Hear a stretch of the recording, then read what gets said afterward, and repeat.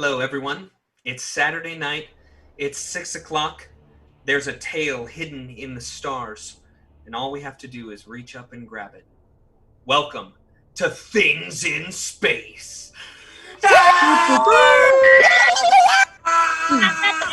Things in space. How's everybody doing? So I'm good. doing great. Yeah. Excited. My caffeine just kicked in. I gotta tell you that for this entire week, I've just not been feeling great. And then today I was like, here we go. And I have been productive and ready for this awesomeness all day. I'm so pumped up. Yeah, it's cool that you're so excited. I am very excited for Mog's death. It's episode two of Things in Space. So, I just thought we would go around and once again introduce who we are. I am the GM. I am Ben Birch.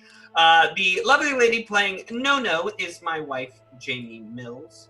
Katie Wilson over there playing Phoenix. We've got Wes Johnson playing Detrian. Yes. We've got Jessica Hayes Nunez playing Abedzagak.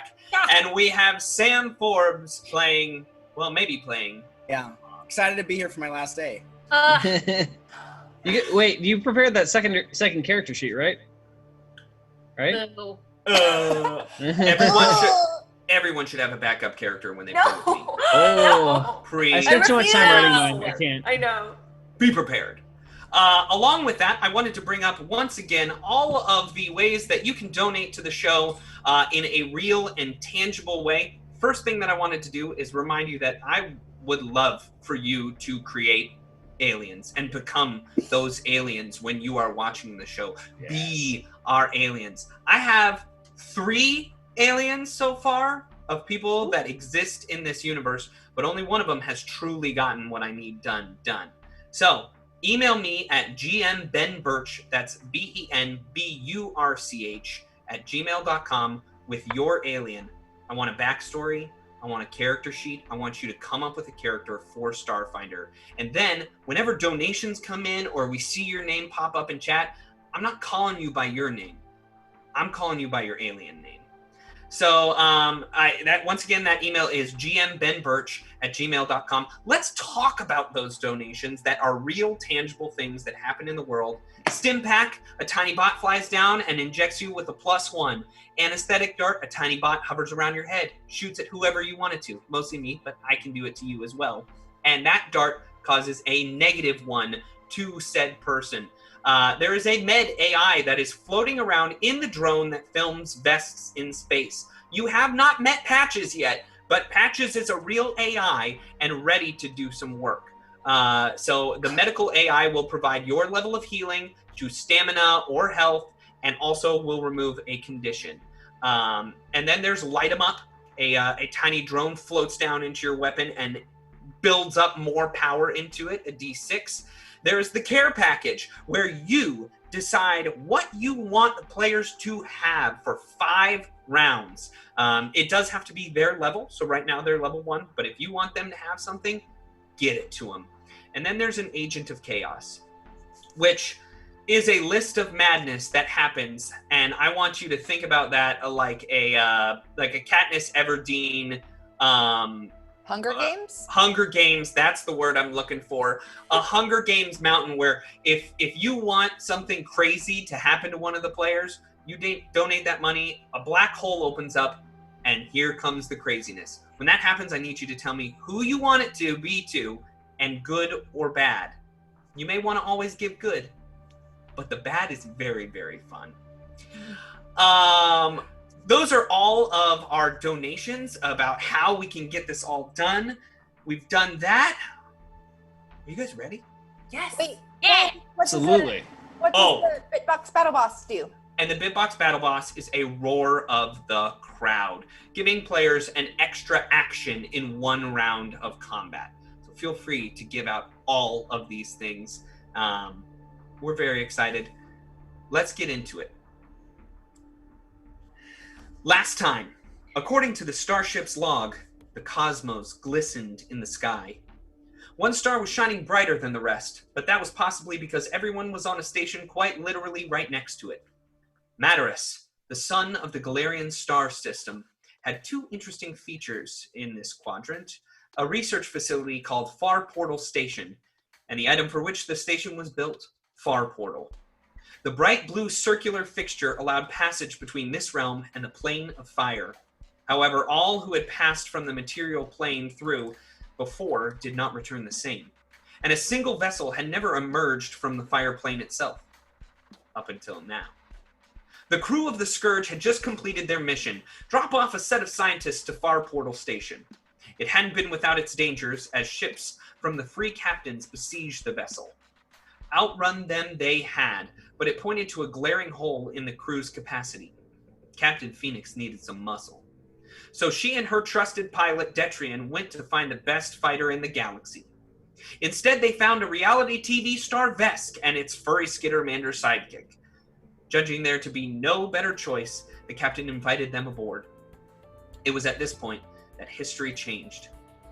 Rapidly, a never-before-seen starship plunged the blue portal surface, emerging from the fire plane. The massive grouping of all aliens aboard the station were aghast. What could this mean for science? But their excitement was quickly dashed aside when another creature wiggled its way into this realm. A monstrous, fire-breathing whale chased the new cruiser through open space, and it was gaining. The newfound crew was thrust into action as Station Master Jory called for the aid of the Scourge, and the crew was prompt to answer. Upon takeoff, the crew was shocked to see a slug-like Asharu stuck to the front window as the intense speed of the starship pressed it further into goo. Whether or not they wanted this slimy creature would have to be decided later. They needed to stop the whale. Soon they were in a battle of epic proportions. Abedzagak the Vest blasted the metallic hide of this creature until its attention turned to the Scourge. Bobbing and weaving through the darkness of space, the crew successfully deterred the monster from its original quest. Its new goal was to bite and tear this pesky ship apart. And that it did. Captain Phoenix shook with rage as the creature gnawed on both its rear and front quadrants on separate occasions. With the Skittermander No-No flushing power to the engines, and a perfectly timed shot by Abedzagak, Detrian flipped the ship's thrusters directly into the creature's mouth and gunned it. The whale perished. Station Master Jory then pleaded with the group to go collect the first starship that had emerged. It had considerable value to the research being done aboard Far Portal Station. This was time for heroic work. Well, it was time to promptly haggle a reward for doing the job, and then time for heroic work. They approached the now floating metal husk of a once glorious ship which only Captain Phoenix could read the name of, the Burning Embers. They cautiously boarded. Upon viewing the beautifully inlaid bronze and onyx architecture, the group searched for monetary gains and answers. A loud thumping noise echoed through the halls. Through a blast door, the party talked to an unknown voice who offered a wish. Mog, the Asharu, walked in and conversed with the little alien which resembled a six-armed lizard. It quickly morphed into a fork and bit him. After some rousing battle where a discombobulated Mog smashed himself in confusion and the little fork shot out rays of energy, we come to this point. Mog is hit with a blast of this energy. Its tendrils of death slink into him, and we are moments away from answering the question, will Mog die? And now join me as we traverse the night sky. Hurry up, Mog! Run faster! Metweska shouted from up ahead. I am coming as quickly as experiences permit, replied Mog. Well, you won't want to miss this one, Metweska volleyed back. The rough diamond-shaped grated metal cut against the slinking part of Mog's body as he desperately attempted to keep up. Mogalodia was always the slowest of the children his age. Even amongst other Asharu, Mog would lag behind. Whether this was by choice or by natural ability, his peers could never tell. He would verify that he simply was never in a rush to move past an experience. But that also could have been an excuse. Move it, Mog, or are you too scared? Metweska jeered. I am not scared. Observant, studious, curious. These are my best descriptions. Metweska was tall and lithe. Of the Kasatha children on Adari, he was regarded as one of the most promising. Whatever purpose he had with Mog was beyond understanding. Although nice enough, Mog would often catch Metweska exposing a different face whenever no one was around. He pondered the possibility that this occurred when Metweska was departed from him as well. On this day, Metweska gleefully told Mog of a secret he had found. One he exclusively wanted to show Mog. After dispersing the other young aliens about, he led Mog just outside the hovel homes of the Isharu to a forest alcove. Even though Idari at its core is just a massive, planet-sized metal rig, the beauty inside was vast and glorious. The two young boys passed through vibrant green vines, lush shrubbery, soaring tree trunks, and crisp blue waters rushing their way to this secret. Finally, Metweska stopped just before a mountainside. Mongolodia, staggered and out of breath, took a moment to catch up with the Kasathan. Metweska's face studied Mog's intently, like a curious bird, before he quickly slipped through a small gap in the side of the rocky cliffside. Mongoliodia, curious himself, followed. The gap was egregiously tight, but easily maneuverable when amorphously scooting through sideways. Found this yesterday. Thought you want to see, Metweska whispered through a small grin that Mog couldn't rightly see. And in the darkness, Metweska produced light from nothingness. As the dancing lights spun around the room, Mog found the end was a small natural cave. Its rock was covered in dense moss as the humid air hit his exterior. The top of the cave was loose enough in structure for natural light to peer through, revealing before them the motionless body of an Osharu. The Osharu was bruised around its face, and certainly dead. Lying next to it was one of its ocular mandibles, which seemed to have been torn from the Osharu's head. Still, Metweska studied Mog's face. Metweska eased in a sentence. Do you not recognize him? Perhaps, but perhaps not. He is vaguely familiar in ways. Mog spoke in uncertain tone. How can you not? He is you. Mog looked down upon the body again, but this time like looking into the undulating form that he saw in bright reflective metals of the ship, he saw something plainly. Statistically and unequivocally, he saw himself. Now we go back to our modern day, where this tendril is seeping into Mog. Mog, you take 5 points of cold damage and are dying. How's everybody doing? Why don't we, I was great Say up until that something. last part. say something to Mog here. As you're dying, what do you do? We read No! No! Yeah, we're reading comments. So, Ugh. Well, I feel like the crowd is right on board with the way we're all feeling, Benjamin. Oh, 100%. You leave Mog alone. Skull13137 says, "There's 2 Mogs?" I know, right?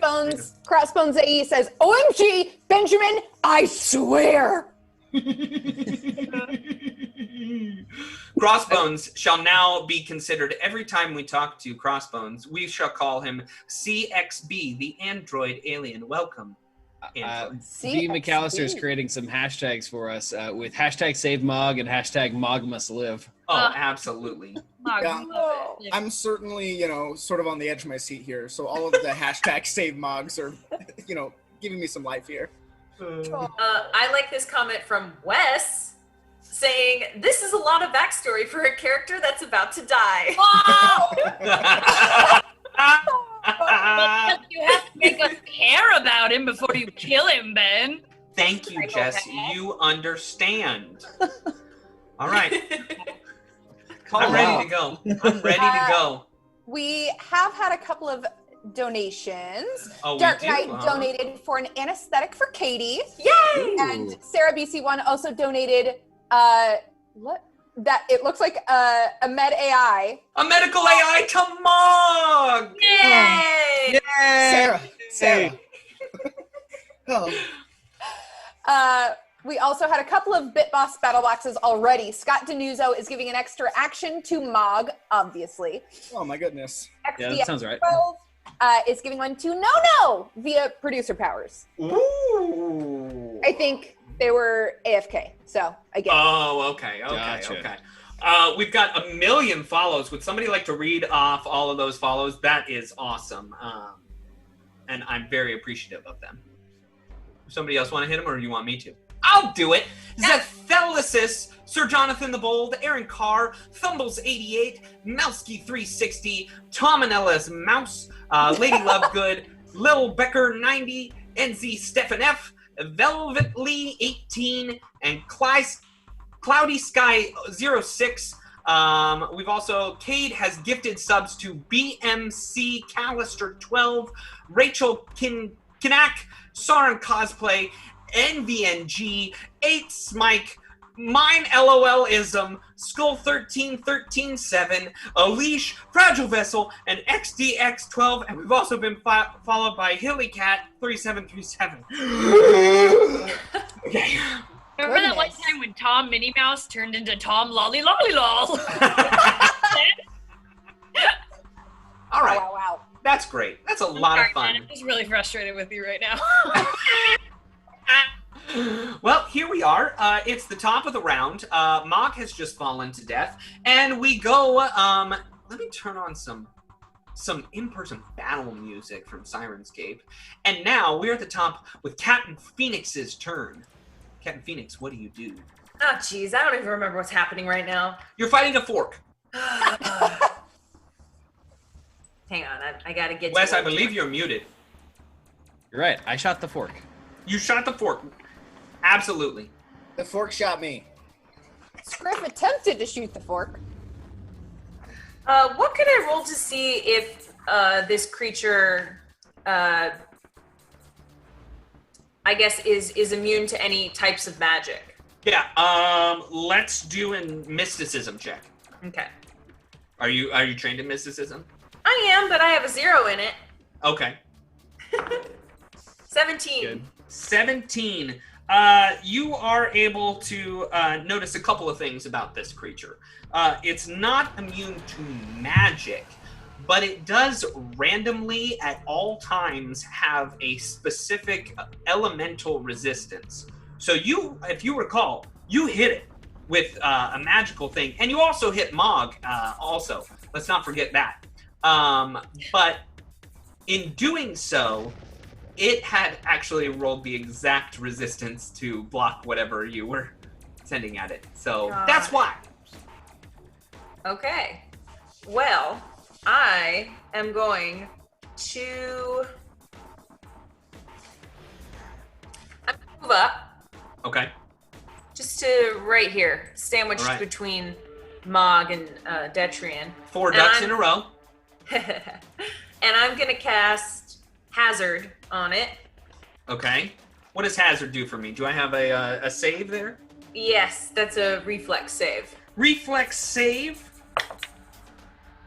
A natty 14 on the die You're gonna save. is the save. So I does do nothing, nothing. nothing happens. Off Mog, to it a is great your start. turn. It is your turn. Let me ask you, do you want to spend the resolve point and immediately stabilize, or do you want to lose the resolve point and continue dying? You know, can I use the lovely gift that Sarah gave me? Would you like to use patches? Yeah, Sarah is amazing, and she's saving the day right now. All right, so all of a sudden you're like falling to the ground, and Abedzagak sees you fall and says, "You should call out for patches." You should call out patches. Exactly like that. And so as you're falling down, Mog yells out, which is enough to call Patches,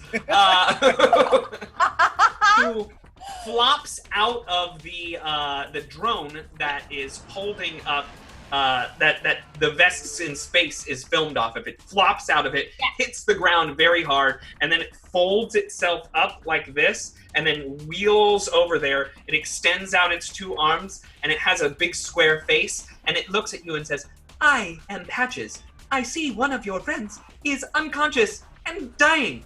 Would you like me to heal your friend?" Yes, hurry now! I didn't even know you were in there. Yes, here you go. And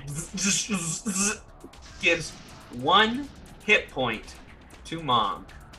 Congratulations. You are not dying. You're just at 1 hit point. Yes.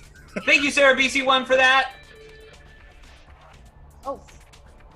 Oh, there's a couple more. Let me just tell you. Archangel 27 has a medical AI for Mog, and Crossbone and CXB, the android, has also donated a med AI for Mog. And so Patches, if you'd like to use all 3 of them, I'll allow it.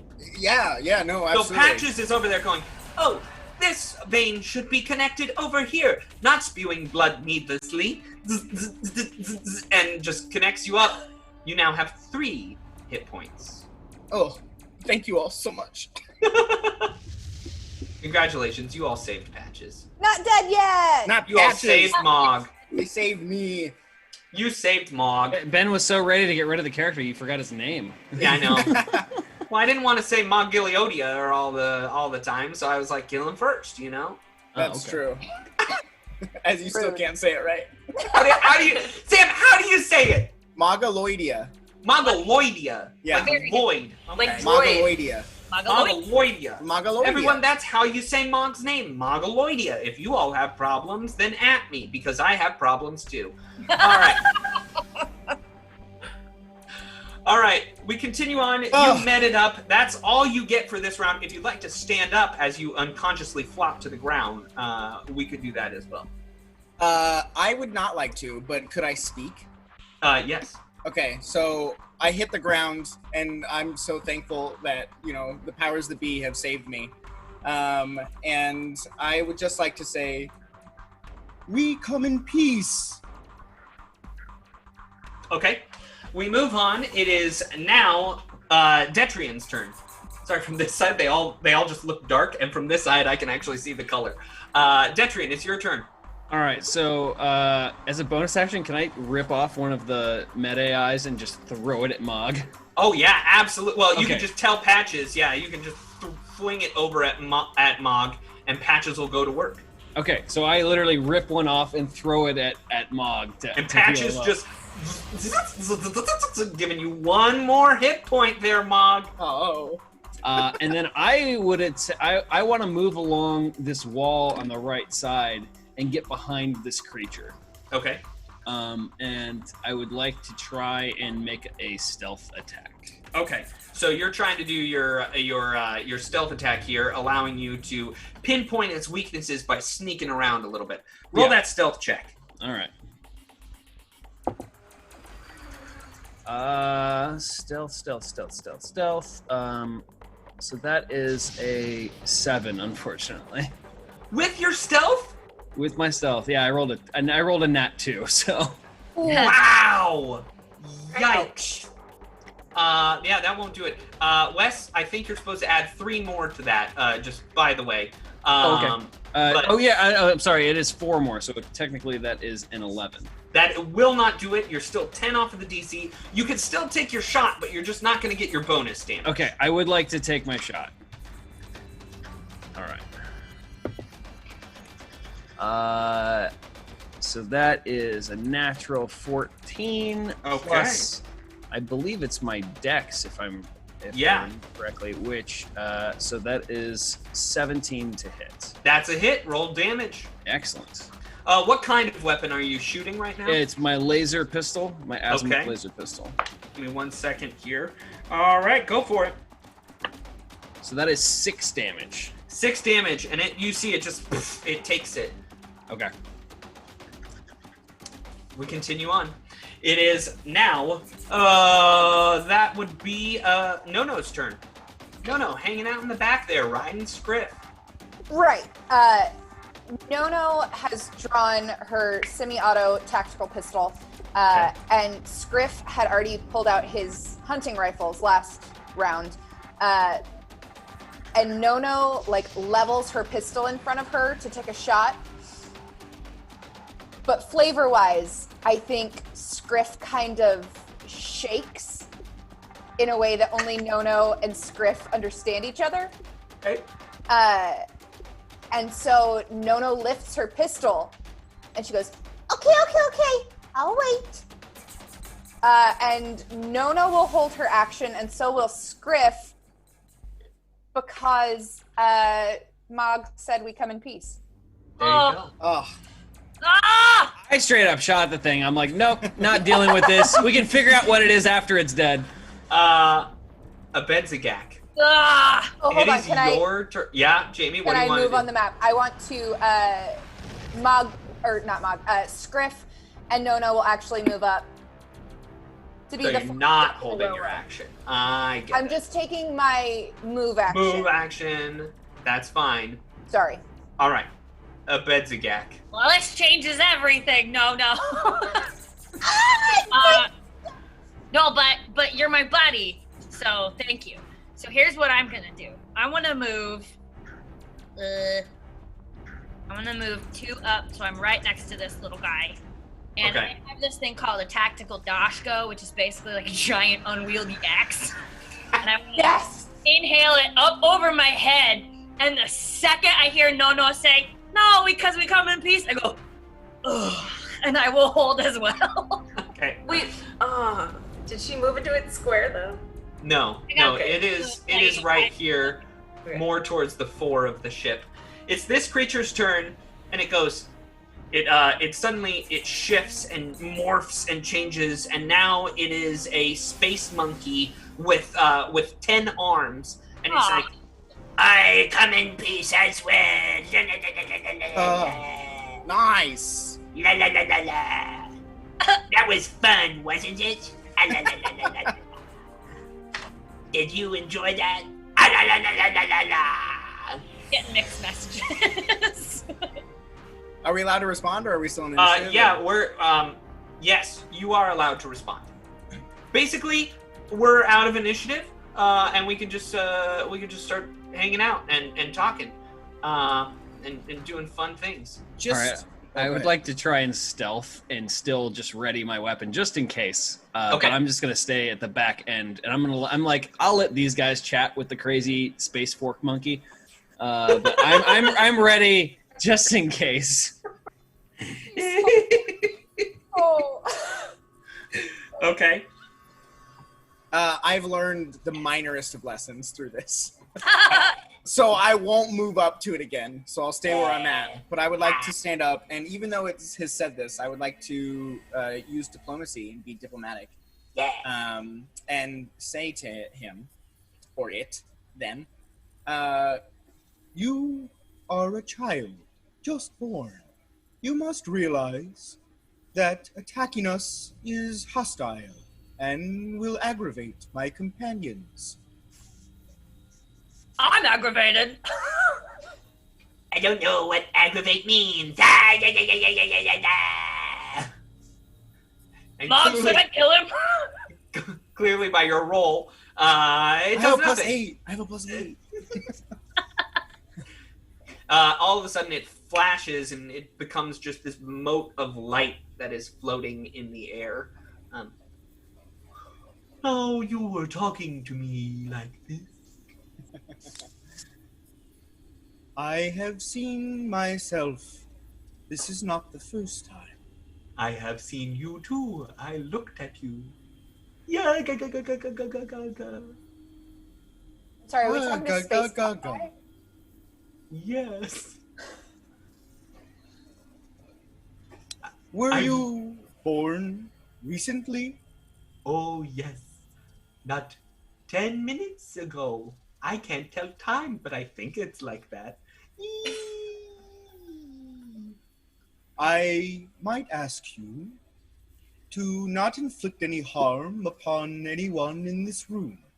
It turns into a door. I am my own room. Eee. Its door is opening to talk. Phoenix is gonna kind of move up by this other door. As soon as you move up to that door, you hear coming through that door,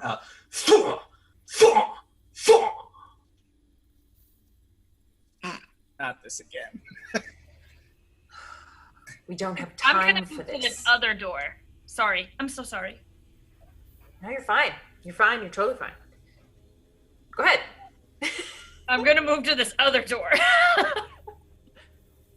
I'll Maybe also there's move an toward the opening other on door. Having seen that this little alien has turned into a door, Detrian's just like, this is too much for me at this point. Space whales, and now it's a creature that shapeshifted into a fork and then into a monkey. He's just like, fork this whole situation.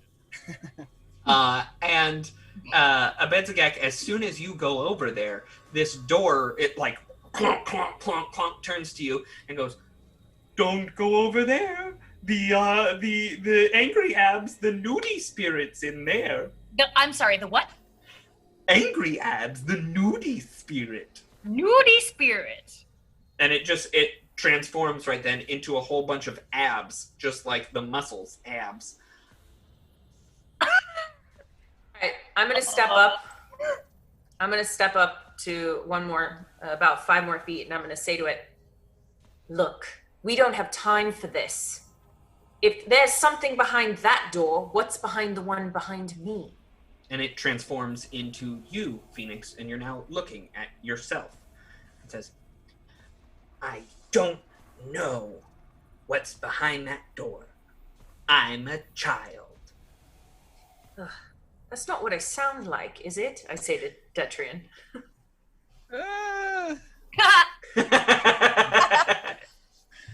But I do move over to Phoenix and just this whole situation, put my hand on her shoulder and just, I think I might need a raise after this.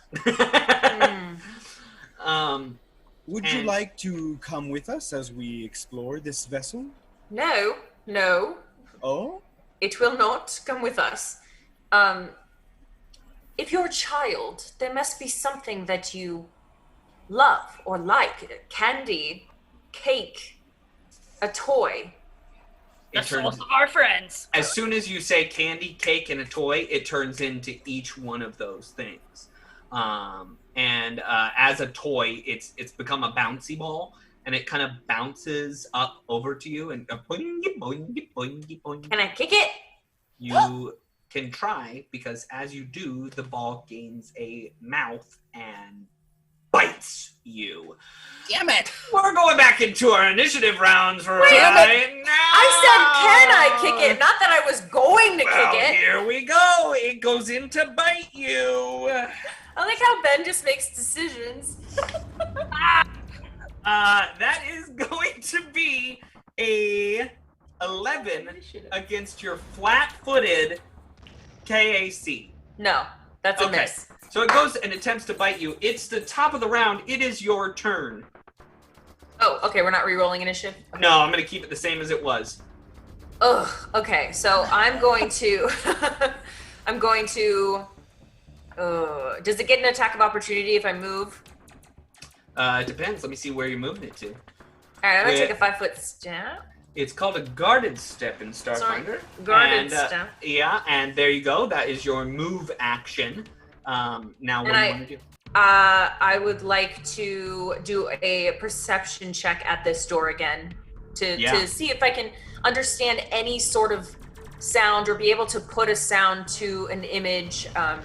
Okay. I just want to be able to know more about what's potentially behind that door. Okay, roll a perception check. 19. 19. You have been in a lot of space battles and a lot of ship fights, and you deem that this sound, it's similar to when like blaster fire, like a good shot from a like a plasma rifle, just hits into your shield. Like it's a bludgeoning boom against metallic objects, or it's almost as if like you ran through a meteor shower and it was just clunking against the side of your ship. So then, I'm gonna pull out my pistol, and I'm gonna say to the rest of the crew, we don't have time to stay in this room. We have to choose a door, or we have to kill this hideous creature. But I need your help. And I'll pull out my pistol, and then that's the end of my actions.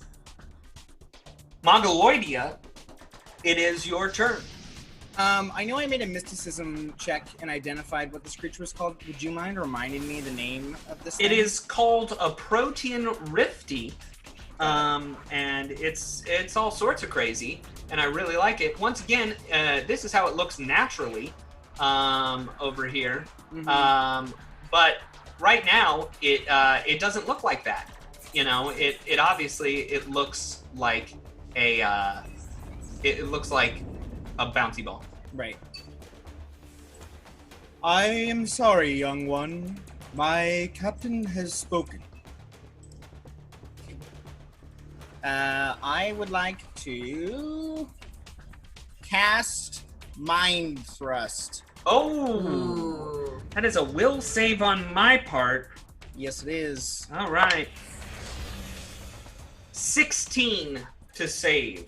You save it. All right, I believe it does half damage. Yes, correct? It does. And it's 2d10, correct? Oh boy. Is it 1d10? It's 2d10. I believe. Oh It's boy. 2d10. Oh. I should know these things. You do. Yeah. You pop its brains. Just kind of. The ball just bursts, and all this energy just pops out of it as this creature dies. Yes. I close all my eyes in deep discomfort. Oh. I'm gonna say. Oh, sorry. Go ahead. Nono takes the pistol in her hand and just waves it. Bye. See you later.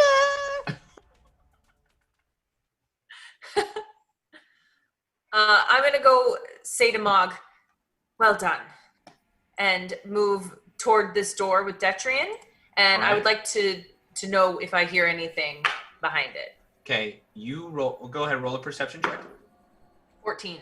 Okay, you hear deep within this room the sound of a comment break. It's time for a comment break!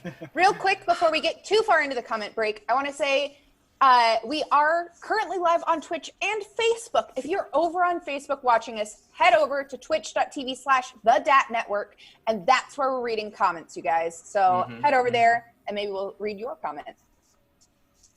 I would like to thank Spartan Undead for gifting me a stim pack. Woohoo! Thank you.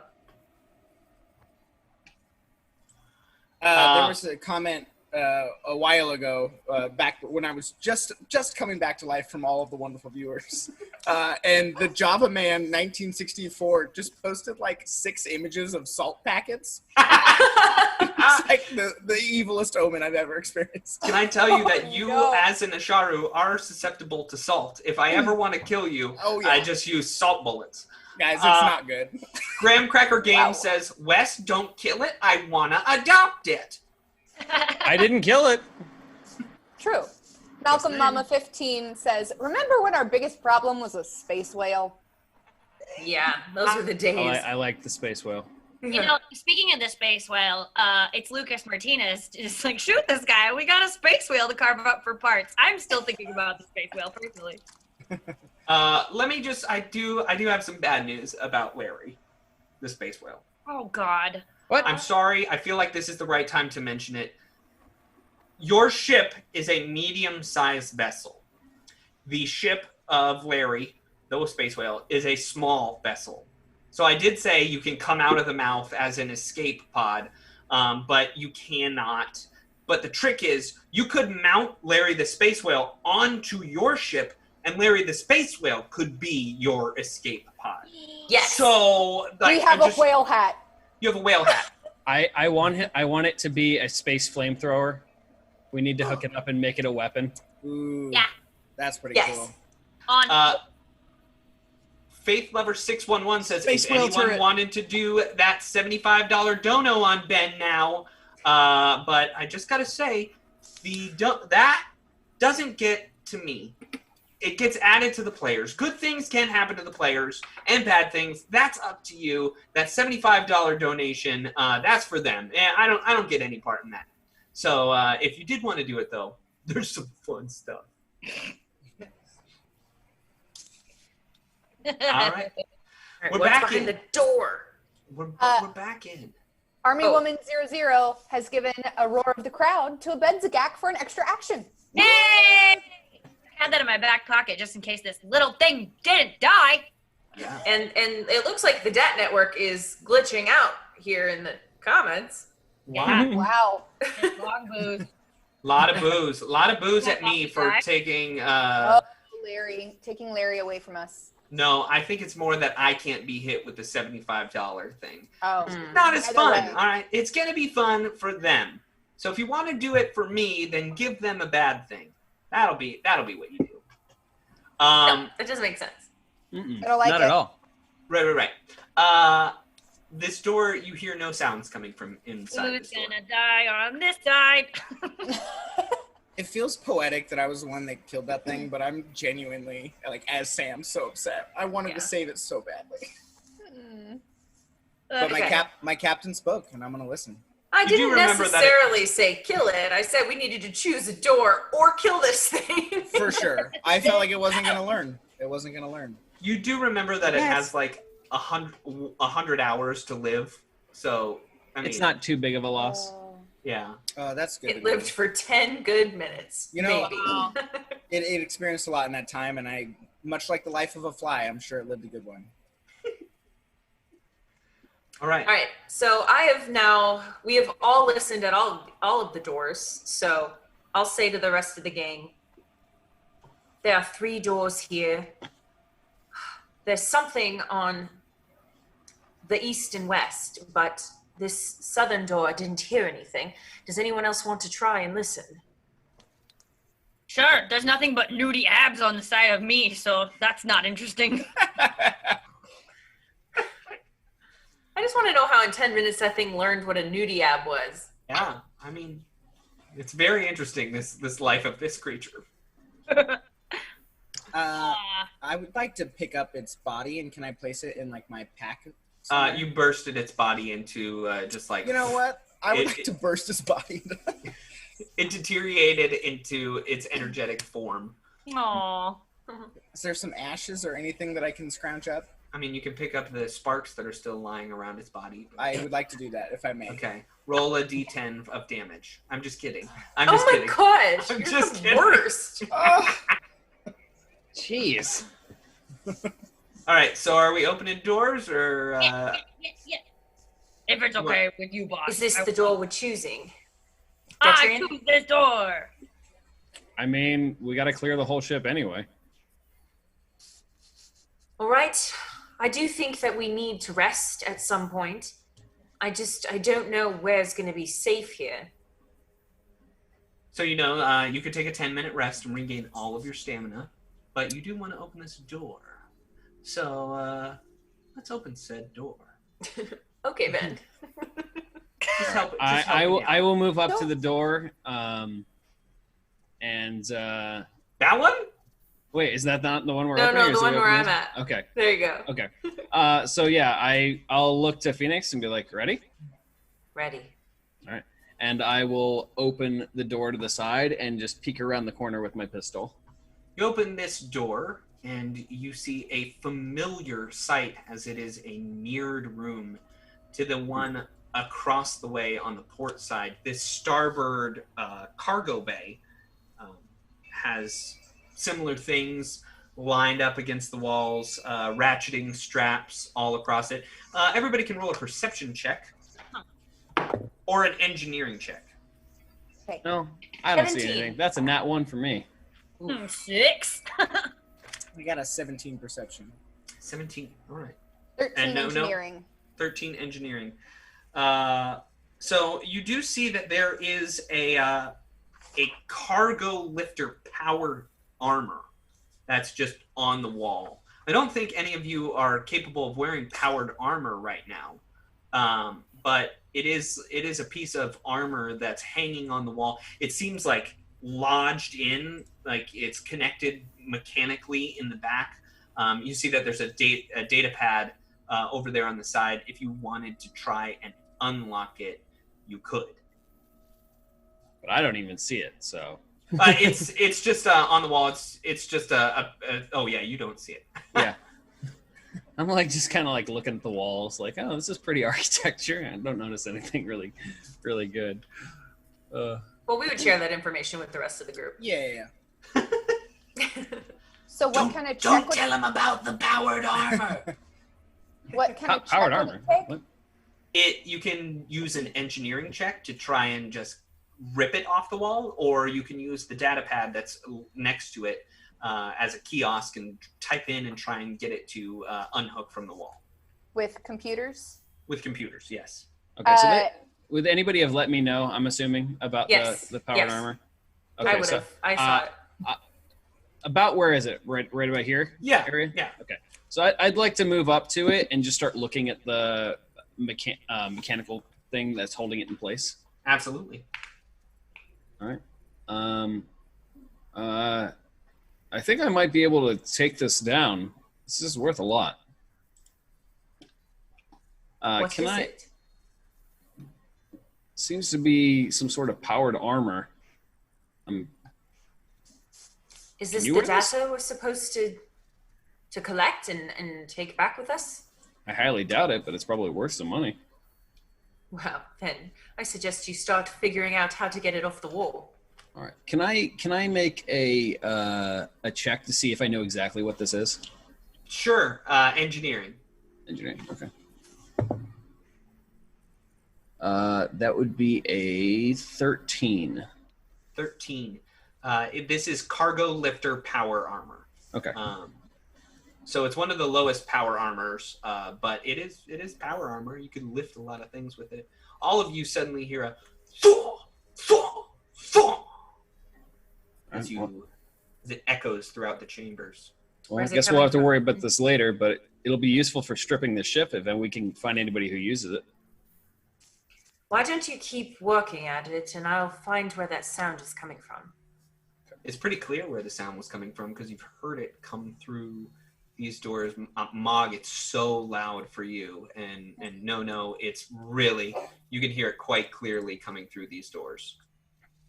Let's deal with whatever that is, and I'll come back. I would like to step over here in a safe spot and put my hand on Scriff in anticipation. Okay.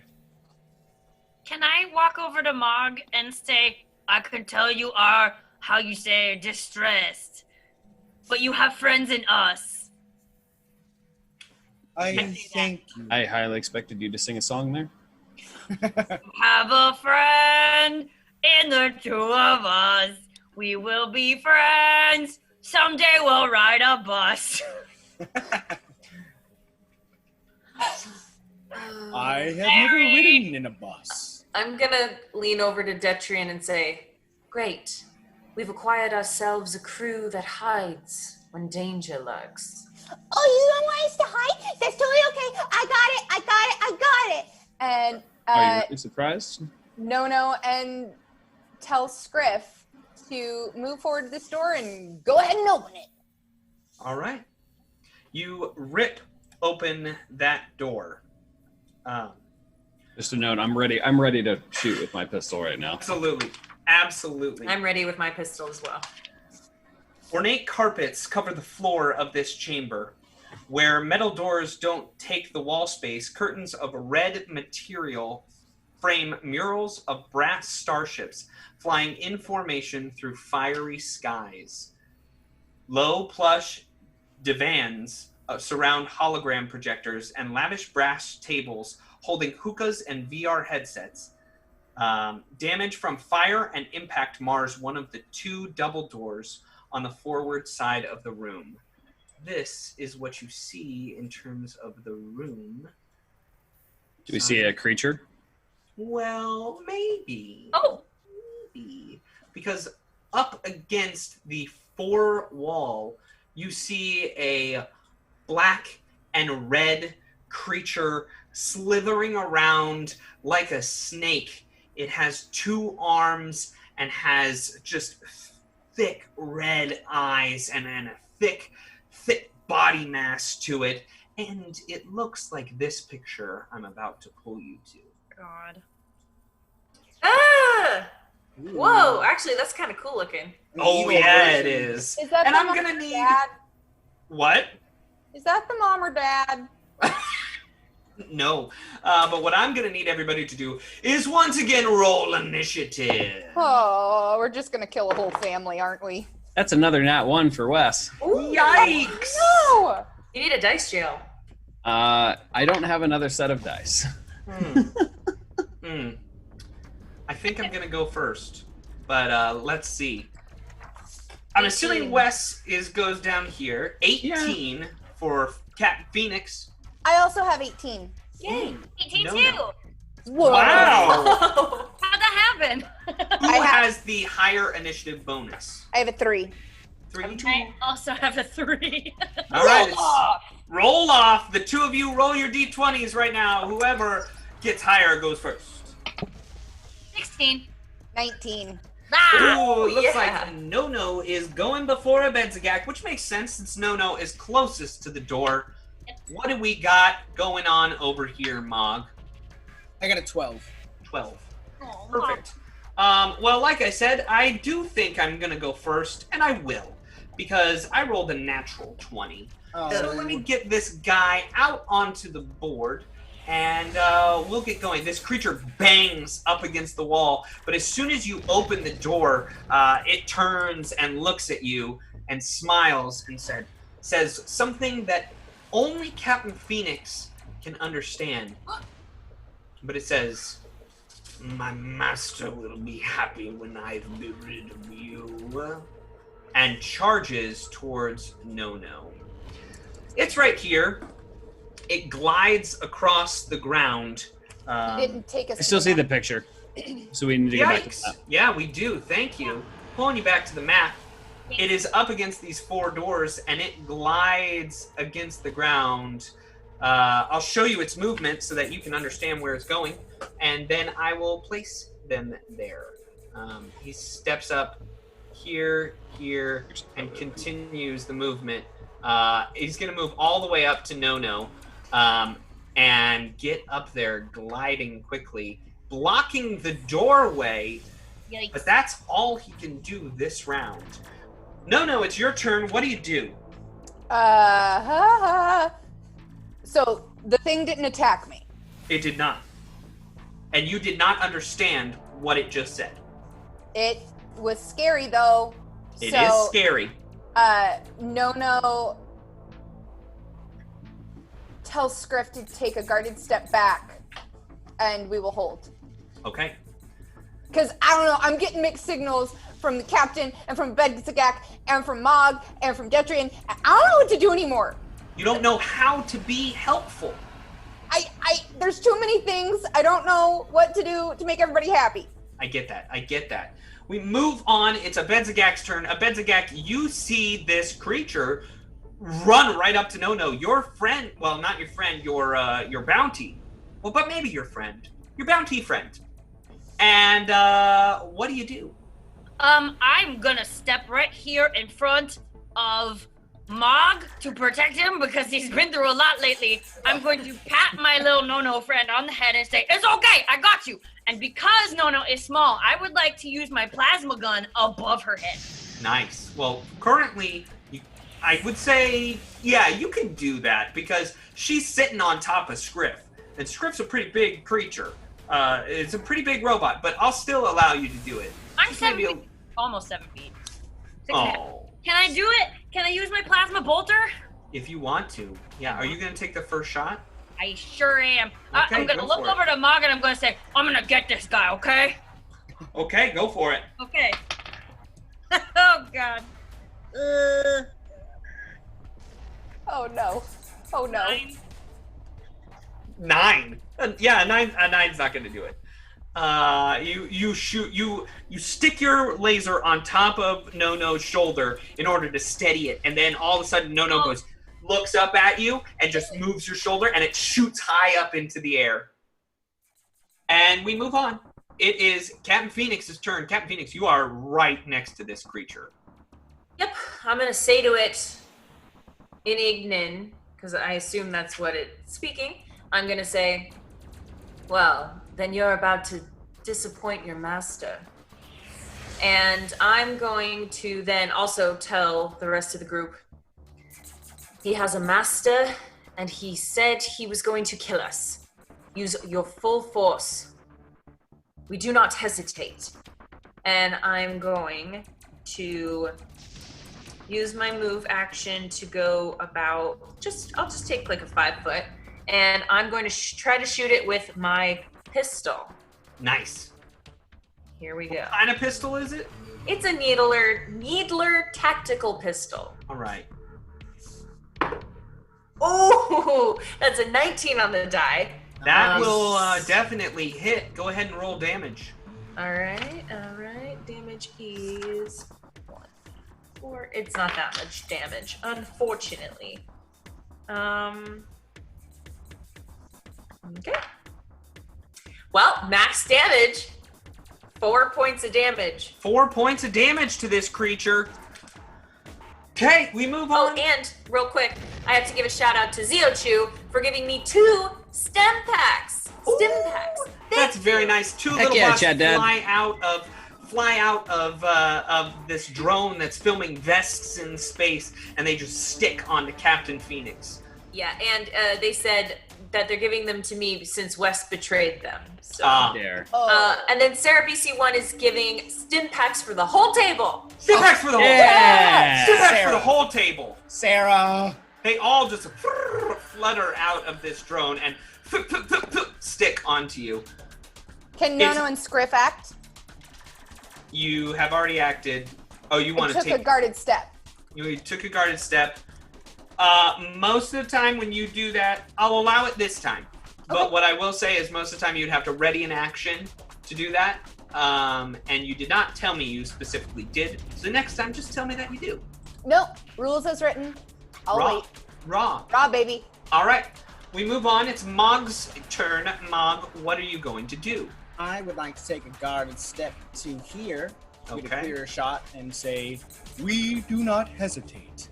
and fire my azimuth laser pistol. Sounds good. Wow. Huh. All right. 14 on the die. My total is as seen. I have a +0. Okay, but it is enough. It is enough to hit Hey. its EAC. Go ahead and roll damage. 3. 3 points of damage to this creature. Am I also able to try to make a check to identify the creature? Sure. Why don't you roll a mysticism check? Got it, my friend. Total is 16. 16. This is a small magma elemental. You can gain 1 extra useful piece of information from knowing what this is. It's an outsider. It comes from the plane of fire and is usually called upon by somebody else to bring it along. What would you like to know? Alignment? Oh, this thing's evil. Great. This thing's real evil. Cool. Thank you. We move on. It is now Wes's turn. Detrian, what do you do? Okay, so I see everybody fighting this creature, and Phoenix has told everybody to kill this thing. So I'm gonna actually. How high are the ceilings in the door frame? They're about 10 feet tall. 10 feet, and how tall is the creature? Creature's pretty small. It's about 4 feet onto the ground. Okay, I would like to run up to the door, grab the top of the door frame, and then flip over the creature, landing inside of the room, and then take a shot using trick attack. Acrobatics.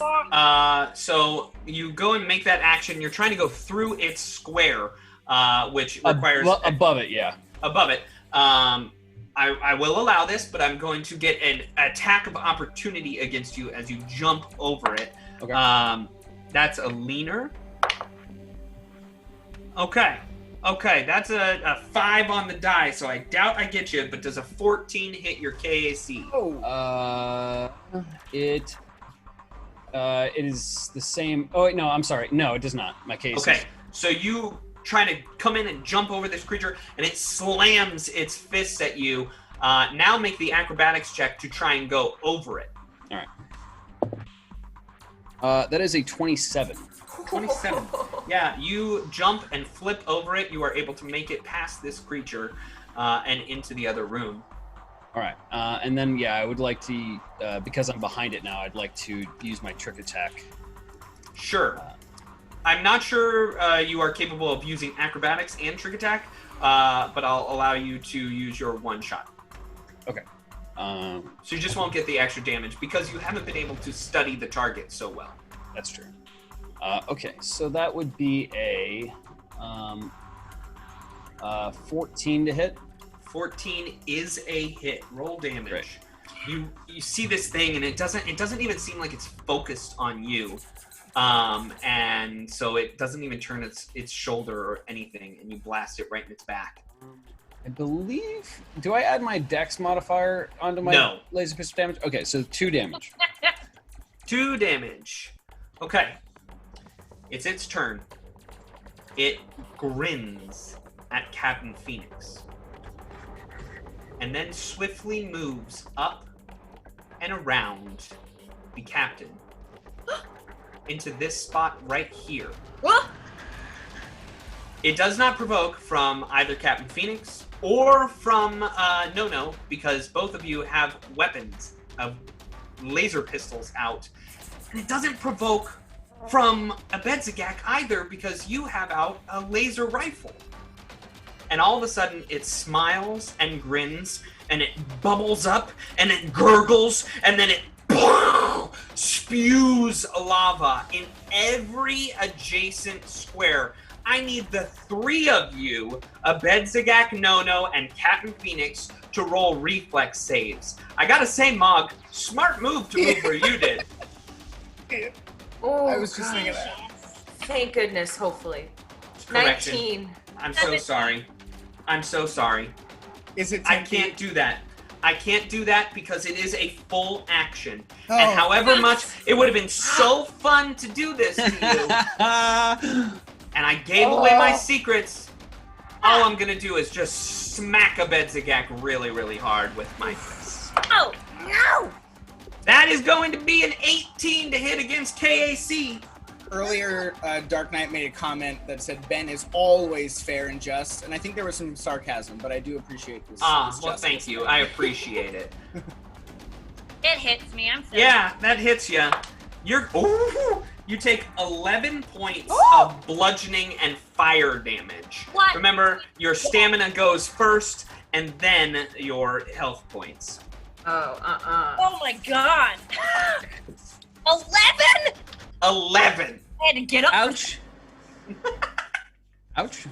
Next round, or it's at the top, we've got No, you're right next to this creature again. If I took a guarded step to the northeast, I would be firing into melee, but would I have a clear line of sight? You're saying northeast like it has anything to do. That is starboard, port, forward, There. and aft. If I moved there. Yes. You have a clean shot, sure. Okay. Well, No has clear directives now. She knows how to be helpful. So she gives a little nudge to Scriff to get him to move, and she... You just hear, suppressing fire! As Scriff starts just rapid firing his hunting rifles over everybody's heads, giving Abedzagak a +2 to her AC for the next round. She's not letting Abedzagak go down. And that's Scriff, so Nona will take a shot with her pistol. Nice. And will not hit. Okay, the Roll the suppressing dice. fire. No's too busy going in the air to even focus. Her second arm down on the shoulder that Abedzagak shot off of is still patting out the burn on her hair. Right. Okay. And she rips out the bow of her hair because it's combat time. Good to know. Abedzagak, you just got hit with a lot of damage. Yeah. It's your turn. What are you going to do? Oh. What a good question. What?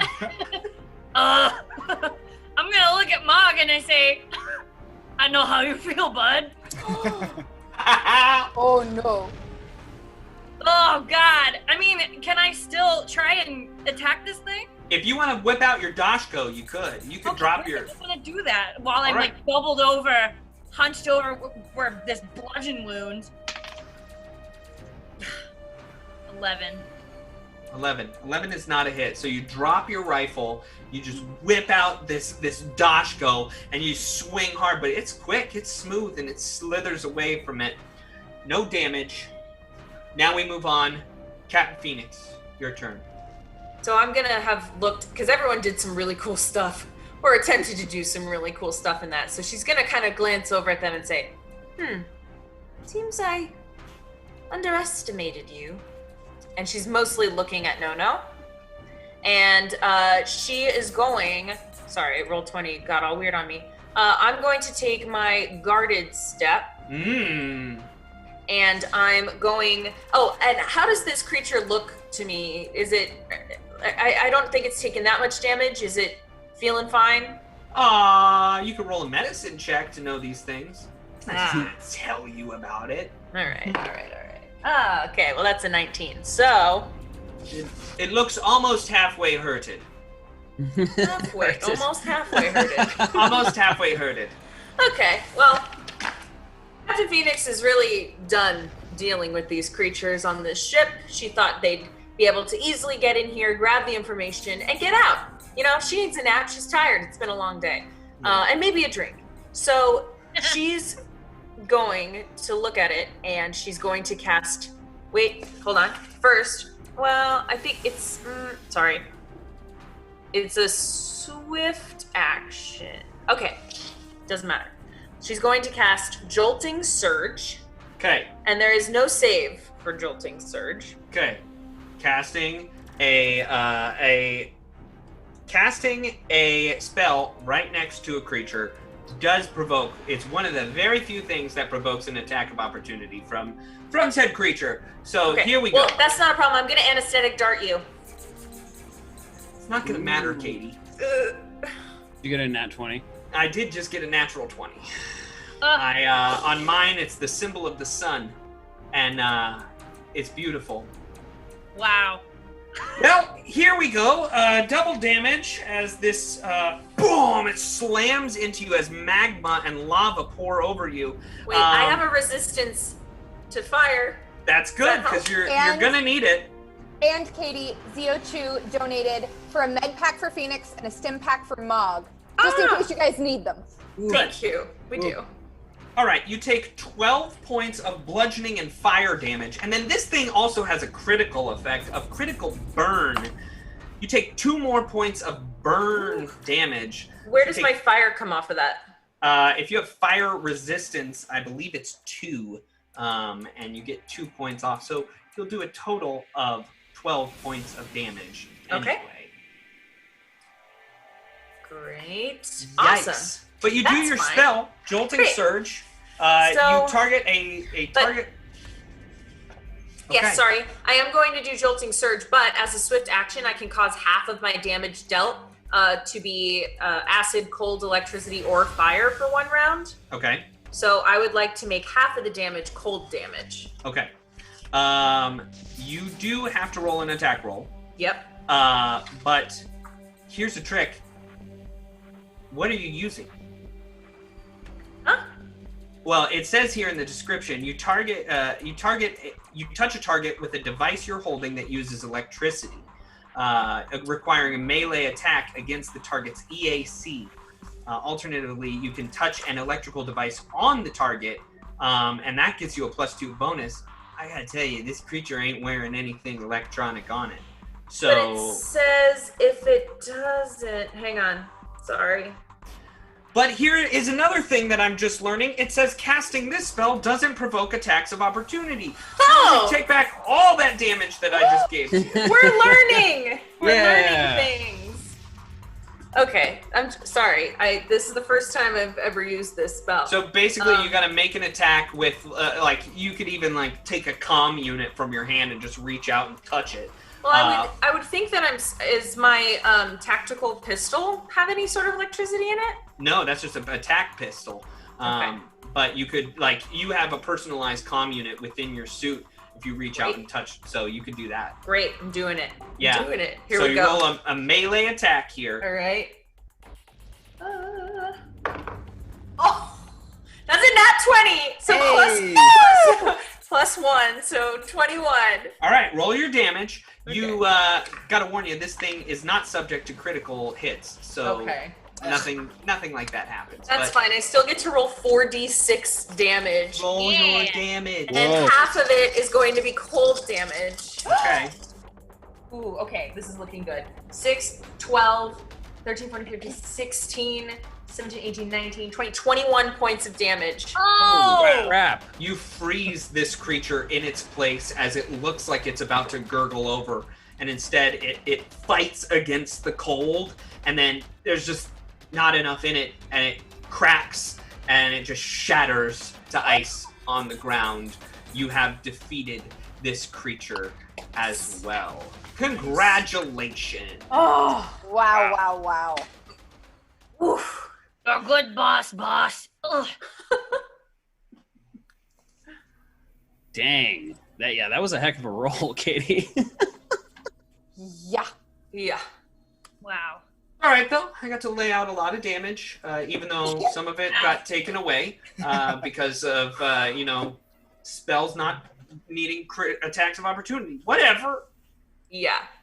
That was amazing. I'm still in shock. But also, when I was looking at the spell list, it's amazing. Starfinder spells give you a lot more damage, I notice. So Give you a lot more damage at early levels, but you're not going to. They don't ramp up as much. Yeah. So that's kind of the trade-off. All right. Great. You've defeated this creature. What do you do? I would like to just place my hand on its corpse and say, It doesn't have a "Ring." corpse. It's Oh, shattered into just ice. I Ice would like pieces. to put my hand on the water on the floor, Ben. All right. Yeah. Roll a d10 of cold damage. Oh, you got it, dude. Just kidding. I'm just kidding. Oh, sorry. Go ahead. Go. I was just gonna. May you rest in peace, creature of Waden. Pieces, but Pieces. D10 damage. Sort of as it was exploding, I probably would whisper under my breath, really like sarcastically, "Ah, looks like I was right. Your master would not be happy with you." And I would like to walk into the room that Detrian's in and Yeah. survey it, see if there's anything of wealth or of importance that we're supposed to be getting, so we can get off this stupid ship. I would also like and, to move in and do the same. As Phoenix passes me into the room, I look at her and just say, "Nice work." Thank you. roll a culture check. And I would like to do a perception check to look for things of value, if possible. Yeah. Well, actually, roll a culture check as well. Culture. Yeah. 19 culture. 15 for me. So you're both looking around this room, and it seems odd.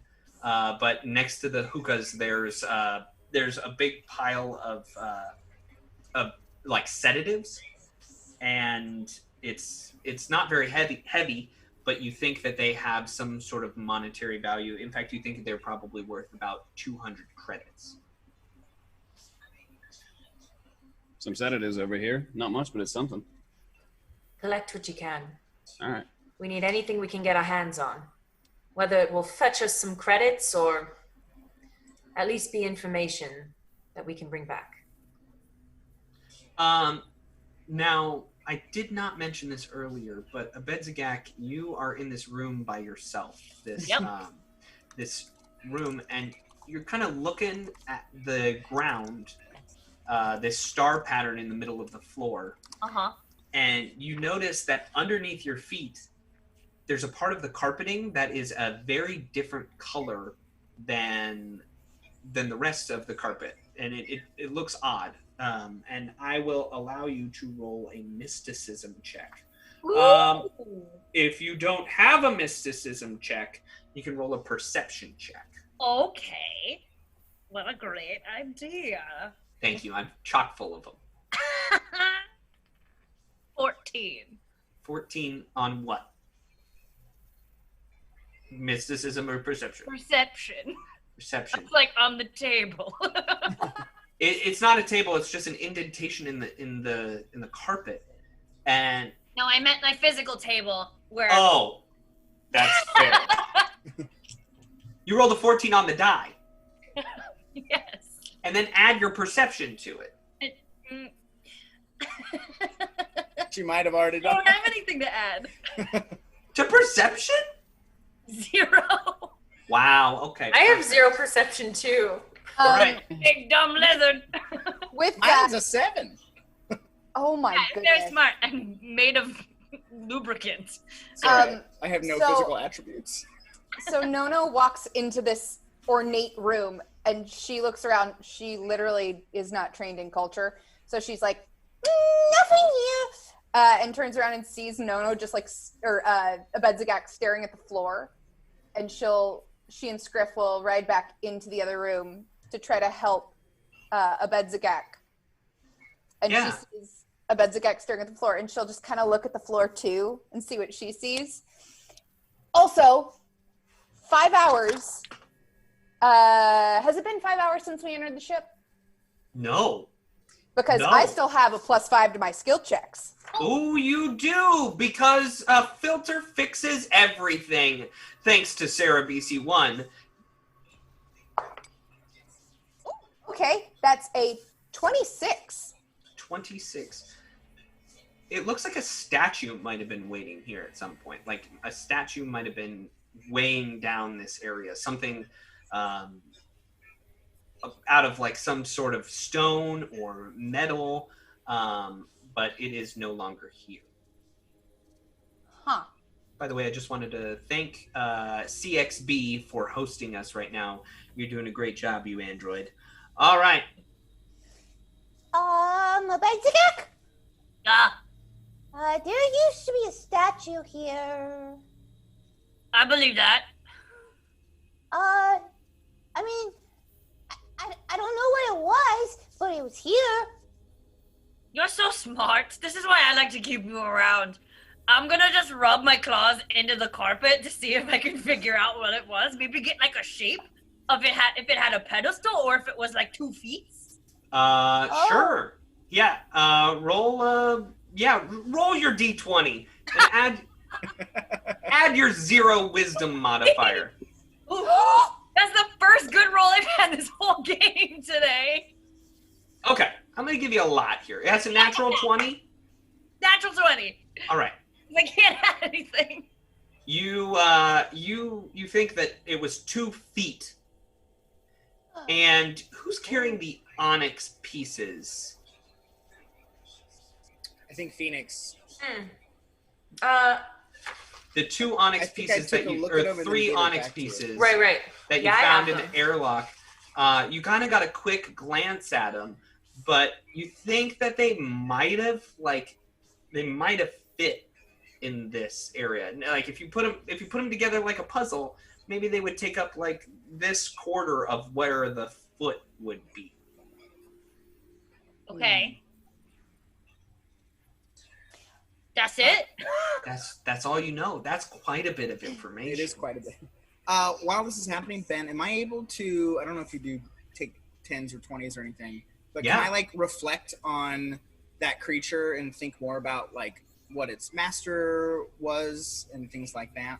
Absolutely. So if you ever want to heal up all of your stamina points, all you have to do is take a 10-minute rest, spend 1 resolve point, and you get all of your stamina back. Yes, I would love to do that too. I would also like to make a check to see if I Sure. know anything about the monster. Do you do Sure. like take 10s or take 20s on the die roll? Yeah, you can't really do that with a knowledge check. Okay. But you can take 10 or take 20 on other skill checks that aren't in direct combat-related situations. But if you want to roll them, you've already rolled a mysticism check, so you don't gain any more information other than that. No worries. I would love to take 10 though during this time. You to take heal 10. up. Cool. Take Thank 10, heal up your stamina. I'm in the other room, so I probably didn't find out anything about this statue bit, but I'd kind of like to move to this door and see if I can hear anything. Sure. Make a perception check.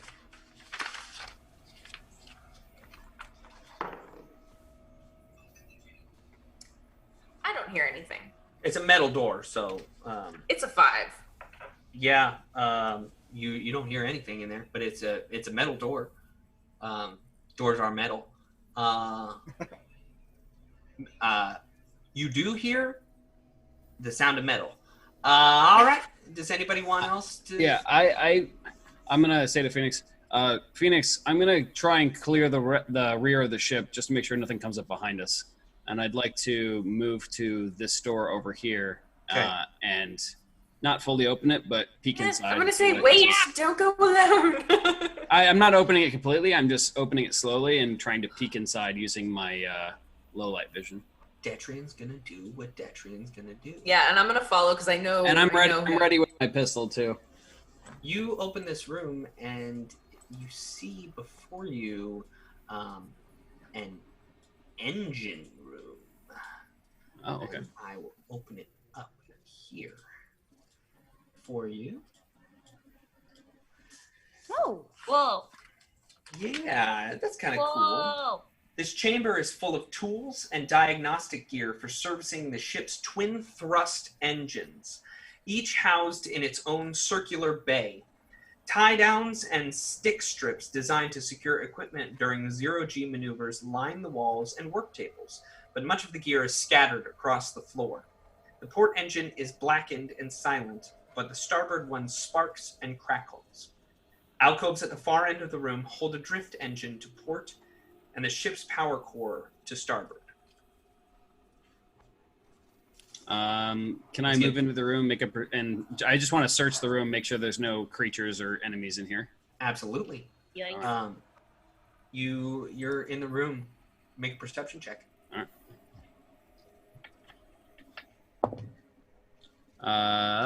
right. 16.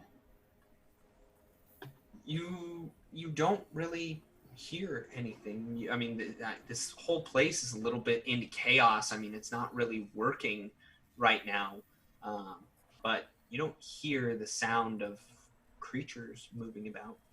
Okay. Using my ace pilot skill, can I make a check and see if I could potentially get this stuff working or see what the problems are? Sure.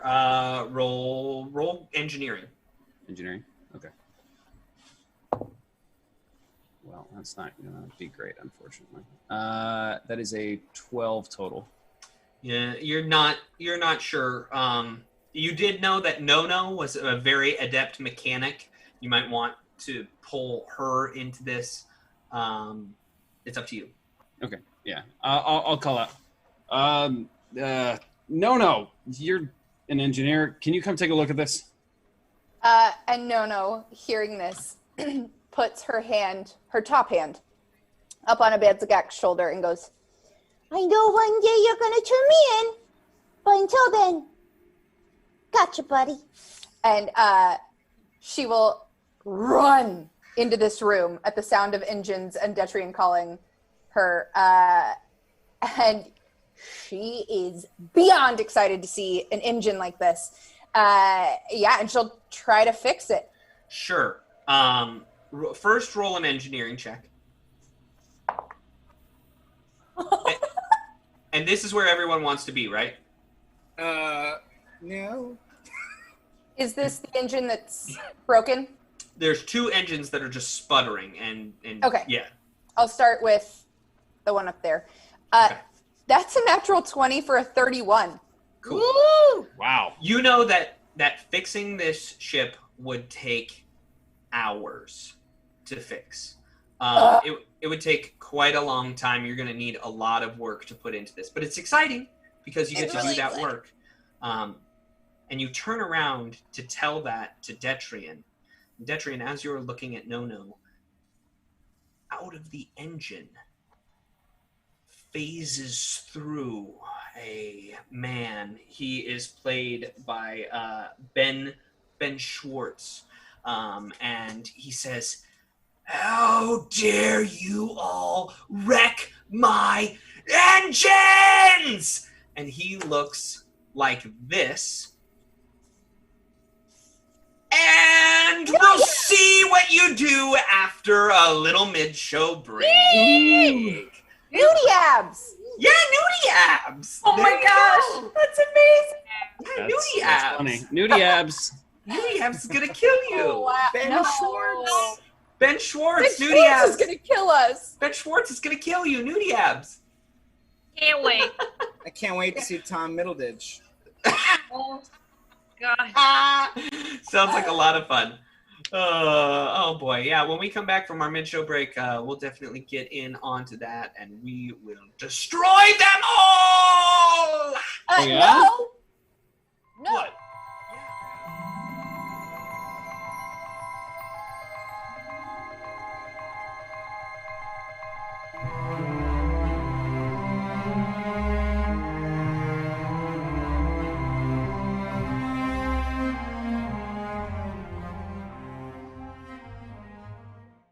So I guess I'm a little worried about my players.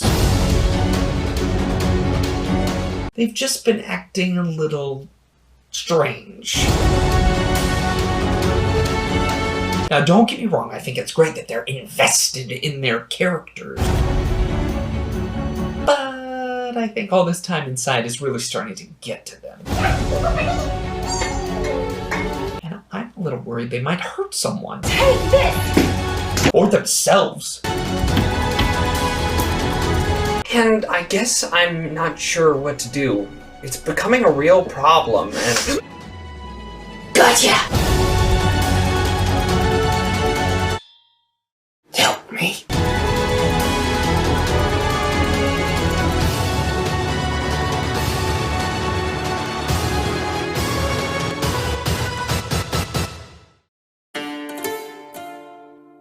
The games we play are the stories we create. The fortress doors swing open, Every story is unique. and the sound of war drums rises. Sometimes our stories come to us when we least expect them.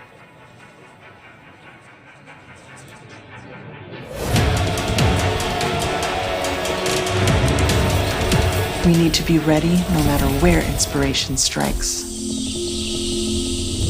And sometimes our stories are told over great distances. No matter where your journey leads you or how your story is told. The games we play are the stories we create. Sirenscape can help make yours epic. Sirenscape is searchable, fast, and customizable from any device with no need to pre-install any sound. Adding epic atmosphere to your game has never been easier. It seems that they are not familiar with this area and they just didn't want us to hurt their children. And I pick up the pine cone. Oh. They're so cute. What are their names? Well, that one is...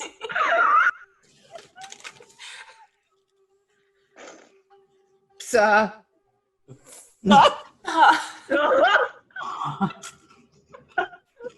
I break her?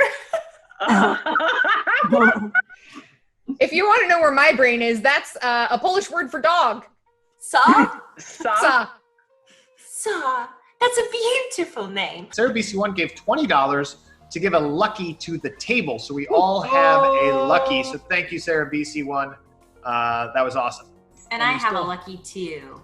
Oh, there's a Aww. Thank you so much. Slashing damage, disembowel, double damage, and 1d4 con damage, and 1d6 bleed. Wow! Oh, fantastic. I'm guys so are doing excited. atom damage all night. Okay. That's 6 points of normal damage, and God, I've then done so much damage. 1d4 con damage, Okay. which is 4 points con damage, and then d6 of what? Bleed? Bleed. 6 points of bleed! He bleeds out. He's dead. He's dead. What I'll do is I'll take a leaf and use kind of like prestidigitation to make like an origami bear and just kind of give it to the kid. Happy birthday, dude. See you tomorrow. Like, whoa, you know magic too? This is awesome.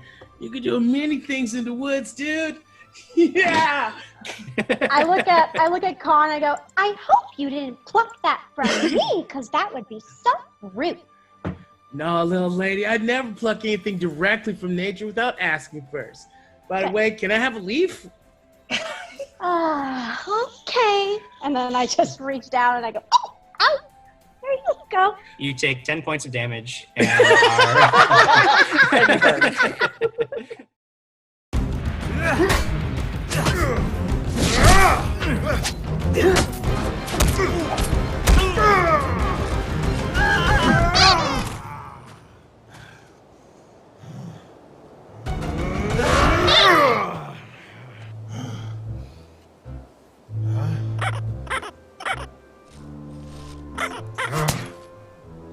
Inappropriate sound is inappropriate.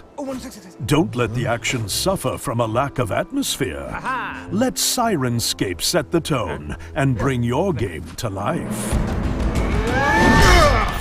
See? That's better. Journey to Sirenscape.com to download the app and make it the year of atmosphere at your table. And be sure to watch Dragons and Things every Friday at 6 p.m. Pacific on Twitch. Before my father was ruthlessly devoured by a dragon, he used to always tell me I had to have goals in life. I thought it would be fitting that my first goal as an adventurer would be to slay the beast that ate him. Well, that doesn't sound like a strategy at all. I wouldn't expect you to understand these things. Who comes? And what do you seek? I'm Crag, and these guys are not really important. I agree to do this.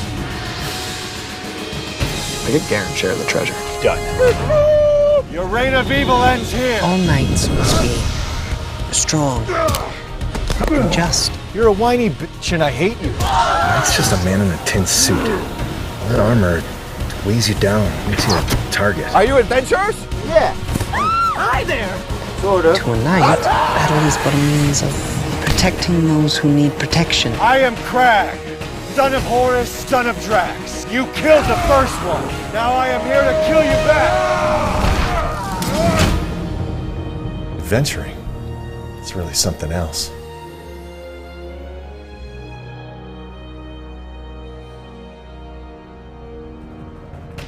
I will defeat any enemy, within or without. And I shall be within you as well, also defeating your enemies.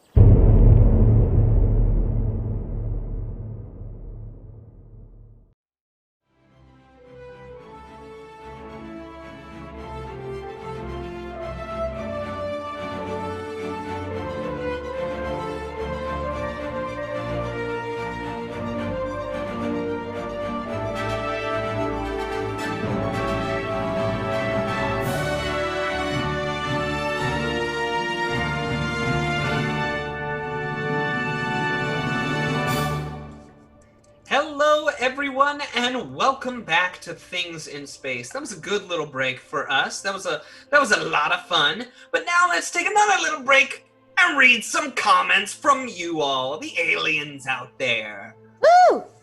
Just a reminder, if you're watching this on Facebook, head over to twitch.tv/thedatnetwork. We're reading comments over there. So maybe we'll read yours. Network.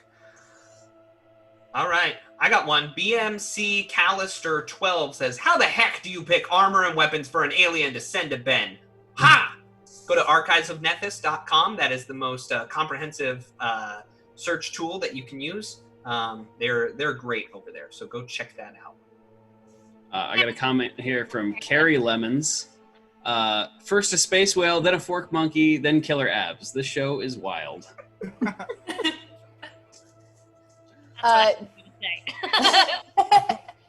Dark Knight says, I think referring to our Rise of the Rent Lords promo in the mid-break, or the mid-show, Jamie isn't going crazy. That's just a typical night with the Birches. There were a couple of commercial comments. The Cadence says, forget the game, I'm here for the commercials, just like the Super Bowl. And like, I mean, the commercials are so great. I mean, the Dat Network, and special shout out to all the people who are doing work on this. They're awesome. Witch Doctor's got love for Mog, saying, okay, I'm here. Oh, Mog is still alive. I'd like to point out that Willow Ridley has given 2 light-em-ups to Wes. Oh, yeah. Wes, that Nice. means your Thank you. weapons for 1 round, is it? No, you get, whenever you want to use it, you gain an extra D6 of damage. So whenever you tell me, you're like, I lit that thing up, you can roll it. I'll even let you do it you can use both in 1 round and roll 2 D6. So I just I'm allowing everything. Because I'm when spamming death the happens, death happens, it's going to be so hard for everybody. Okay. But you get to use up whatever you want to use whenever. Wowza. I had one that I saw. Malcolm Mama 15 said, that butter knife brings back not so good memories. So, about toast? Hopefully. And yeah, we got a lot of follows. You want to take them, or do you want somebody else to? Last time I tried to, I couldn't breathe. So why don't you do it? Yeah, you also very poorly pronounced things. I'll try. Awakened Warrior, Silver Butterfly 8989, Meg.12, Jennifer Lynn 300, The Computer King, Yay Nation Yay Yay Nation Yee, Tyler Solo 2003. We also had some subs. Nisarith gifted to Bleeding Heart, Jasmine Goulden 204, Numbat 18, Mandy Jean V, Army Woman 00, Sarah BC1 gifted to McCranky Stank, King Lucifer subbed, and Scott Denuzo gifted to Aaron Carr. What? That's crazy fun. All right, let's do it. Let's everybody roll a little initiative, huh? Roll some initiative.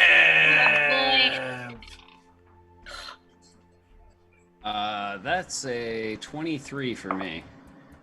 Okay. Rolled a 7.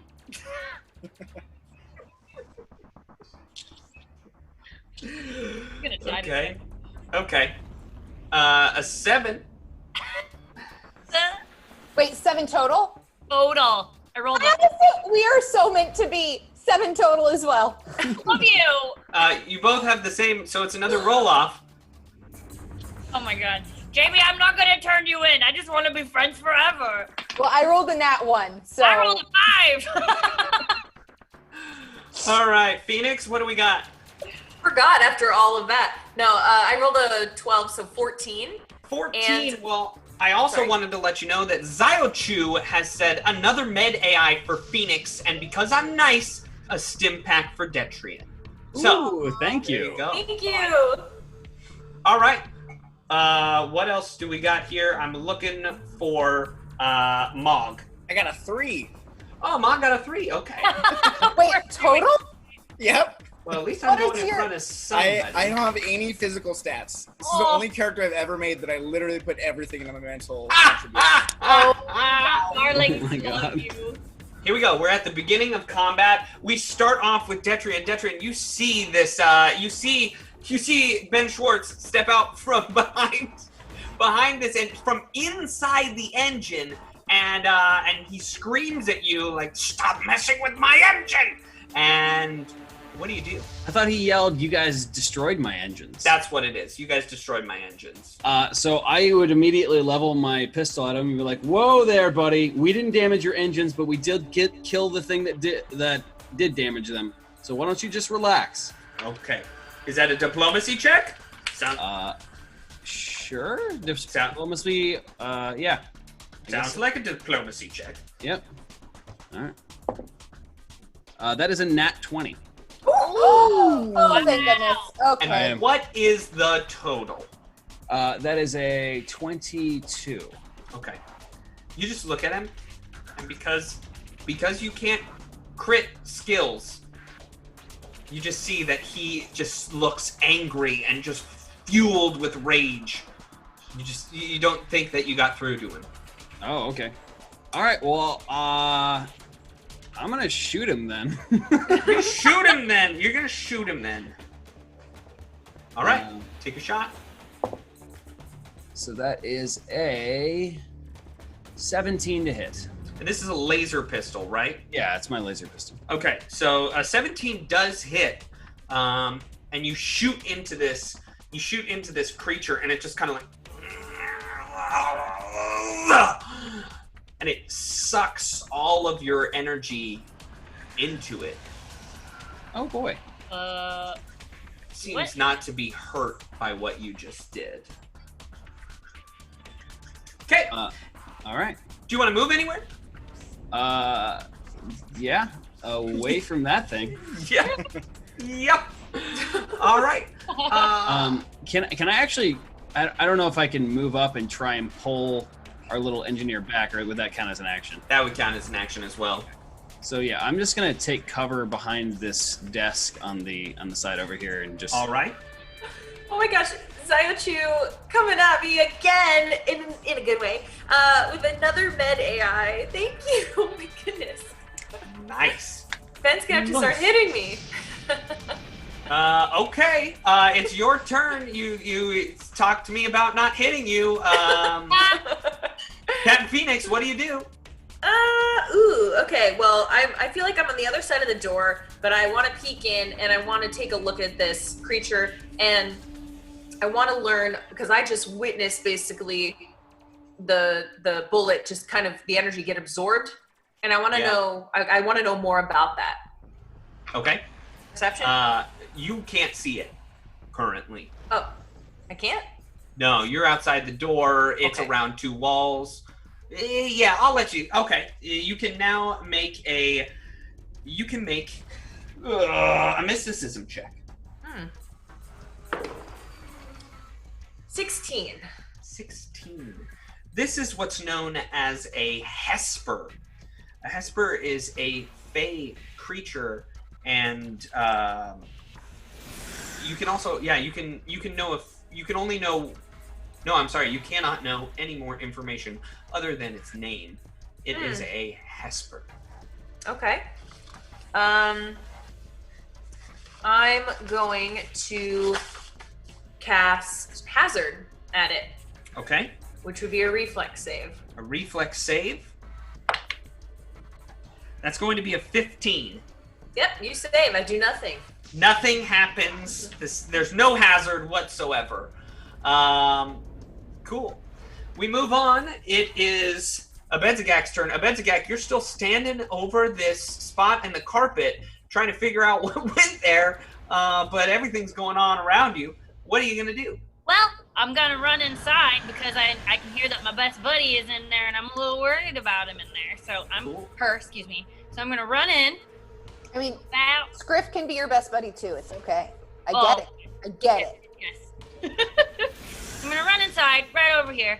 And you know, I've been through a lot today, but the fact that I'm still just bolting through this door means that I'm pretty fearless, and I actually have a +2 for fearlessness. So I'd like to use that. I'd also like to use my stim pack then. Okay. For what? Are you shooting? I'm shooting it. Are you going to shoot it? All right, make a shot. You don't have a clear line of sight to it, but you can take a shot. It's just going to get a little pluses. But you know what? Suddenly, this creature, you realize it's got 2 floating drones around it. Tiny little. And as you step into the room, they both go thunk, thunk, and they sink into your skin.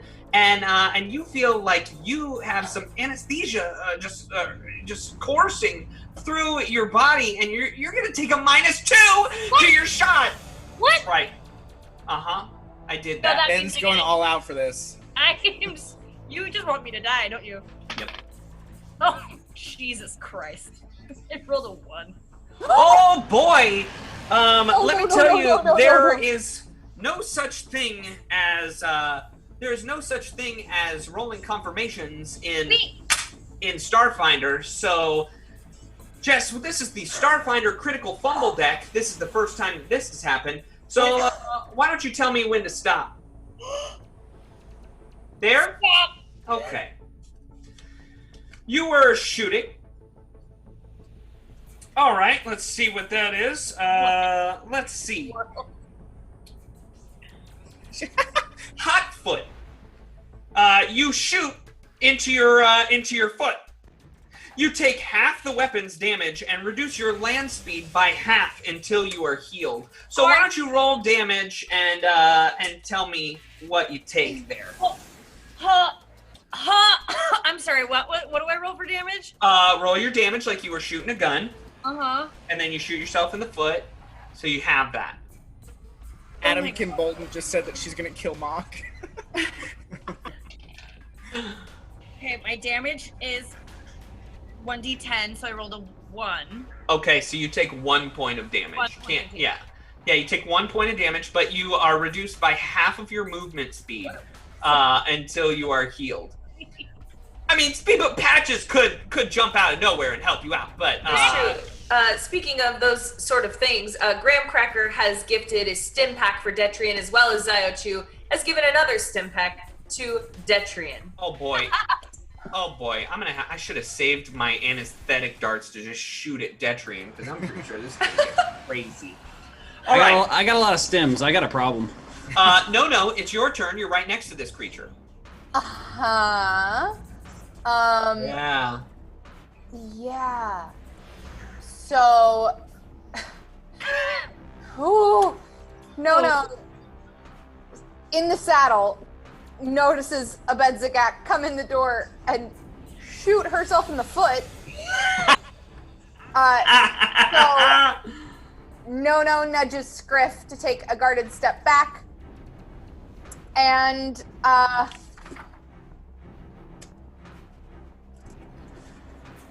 Buddy, you may be our only hope!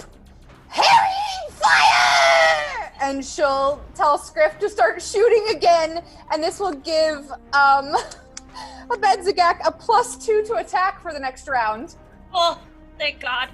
It kind of, the way that Scriff is shooting pins this creature to one side so that it can't move, and it gives Abedzagak a clearer shot. And then I guess Nono's going to attempt a shot. Yeah. I'm going to use my stim pack. Okay. 18. 18 is a hit. What type of damage are you dealing here? Kinetic, I believe, with my semi-auto tactical pistol. All right, that is fine. Go ahead and roll damage. 6 points of damage. You just see it just slam into this creature. It has done some damage. And I'm also going to use my Roar of the Crowd extra action to shoot again. Yikes! Oh, I don't want that. And I do believe this will not take the second action penalty, right? Yeah, yeah, go for it. There is no second action penalty because, this is this is Starfinder, not Pathfinder 2nd Edition. Oh, go ahead. Okay. Take your next attack. 17 on the die. That's an 18. That's a hit as well. 3 points of damage. 3 points of damage. Okay. Now it's its turn. You've made it quite angry for destroying its engines. You jerks. I wasn't trying to destroy them, I was trying to fix them! And all of a sudden, you all start to feel a little colder. Actually, you all start to feel a lot colder as it just kind of sucks in the warmth from the air and